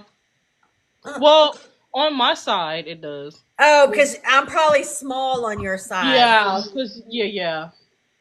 You can't That see was the when I full was picture a on my side. debutante. That's when I debutanted. So When Todd the and I were older having body. Todd and I were Yeah. having dinner tonight, and he's like, "What the hell's a debutante?" And you're a bougie, and I don't even know. And I was like, "Who knows? Nobody." In he goes, "That's like some 1700 bullshit." You know what, bro? We could be doing something right now. Hold on, does this still Yeah. there? Can you see it now? Oh yeah. That's cute. Mm. I'm trying to find like team match. What happened? Did y'all do Click it. this? Click it. It's y'all against me. Ah, What? I have one. I have no people in my life. Yes, you do. You just got a gift. I do. Y'all tap the screen. Tap the screen and see what that do. Tap, tap, tap. Tap the screen. Tap the so screen. are Tap. we like battling or whatever right now? Yeah. We're battling. You better make me win. If I I'm tap, gonna win. I Don't gotta let tap them my win. screen. I'm on my own. I'm by myself. I'm by myself. Tap the screen. Tap the screen. What is Tap that the screen. picture in Tap the the screen. fingers? Oh, I've been watching people's lives, and this is what they do. What, like the I'm scouts? learning. You Tap. talking about Danny, Huh? Jennifer? Oh. Yeah. What is that? Oh, he Oh, was that's him waving at doing this. somebody. He's waving at that 304. Oh, is that the area code? No. I Aw. thought because Jennifer, you I don't thought remember y'all. when we used to have beepers and we would send subliminal messages through the beepers? I thought that I thought that like 504 was the New Orleans. It That's is. the area code. Now remember, you don't remember when we had beepers? If you Oh, put 304 upside down, it spells out a name. oh yeah, it's just area 304 codes. I is got you. HOE. I was not that cool because I had the digital beeper. Girl, I forgot all about having a beeper. I had a purple beeper. I had the clear one, okay? It was clear. Ooh. No, it means she's like an internet error page, like a diss. And Ooh. Oh, they better catch up, huh? y'all could have told me I was They looking better at stuff like catch this. up. All their people on their side I are doing nothing. only have like a few people in here. I don't even know how does this work. They're How not do we live. tell? I was trying to tap y'all's screens, but Like the thing, Mom. I mean, not thing, Mom. Maldi would do. Maldi still here? I don't think so. I don't think so. We saw her. How do you even determine who wins on one of these battle things? It'll show you at the end of the 2 minutes right here. Oh, is it because of the like how you have 185 in blue and I have 15? Okay. Yeah, I have 0. Hey, why is nobody? What they got to do? Tap on her screen? I don't I know. mean, it seemed like the tapping worked. So if you tell I people to have, tap on the I have screen, 0 points. Candace Yeah, has 15. you tell them to tap your screen. Whoever in your live No, right now, you have to send gifts. You can tap the screen and send gifts. I don't know. I got 10 now. There you go. Oh, she catching up, y'all. There's more D. Excuse me. More D's. Dom just wants to look like a dominator because she's winning. That's why she was like, "I'll battle with you," and I'm like, "Oh, you're gonna battle with me and my 2,200 followers with my Right. You can still win though. with my 3 You gotta people keep online." going Maybe live. I need to start an OF and be like, "Oh, girl, y'all want to know something funny? I hope my friend ain't in here." Oh, look, Miss D is in here. Mom D. And then, listen. So my friend, I was like messing with her today. I kind of work with her. She works for my boss's company. And I was telling her, I'm like, yeah, to pay for this college, I need to start an OF with my feet. She's like, no, you need my feet. And I was like, why? She's like, because I'm missing 2 toes. I'm like, bullshit, pics or it didn't happen. Home fry, we were on FaceTime. She took her shoe off and she was missing 2 toes.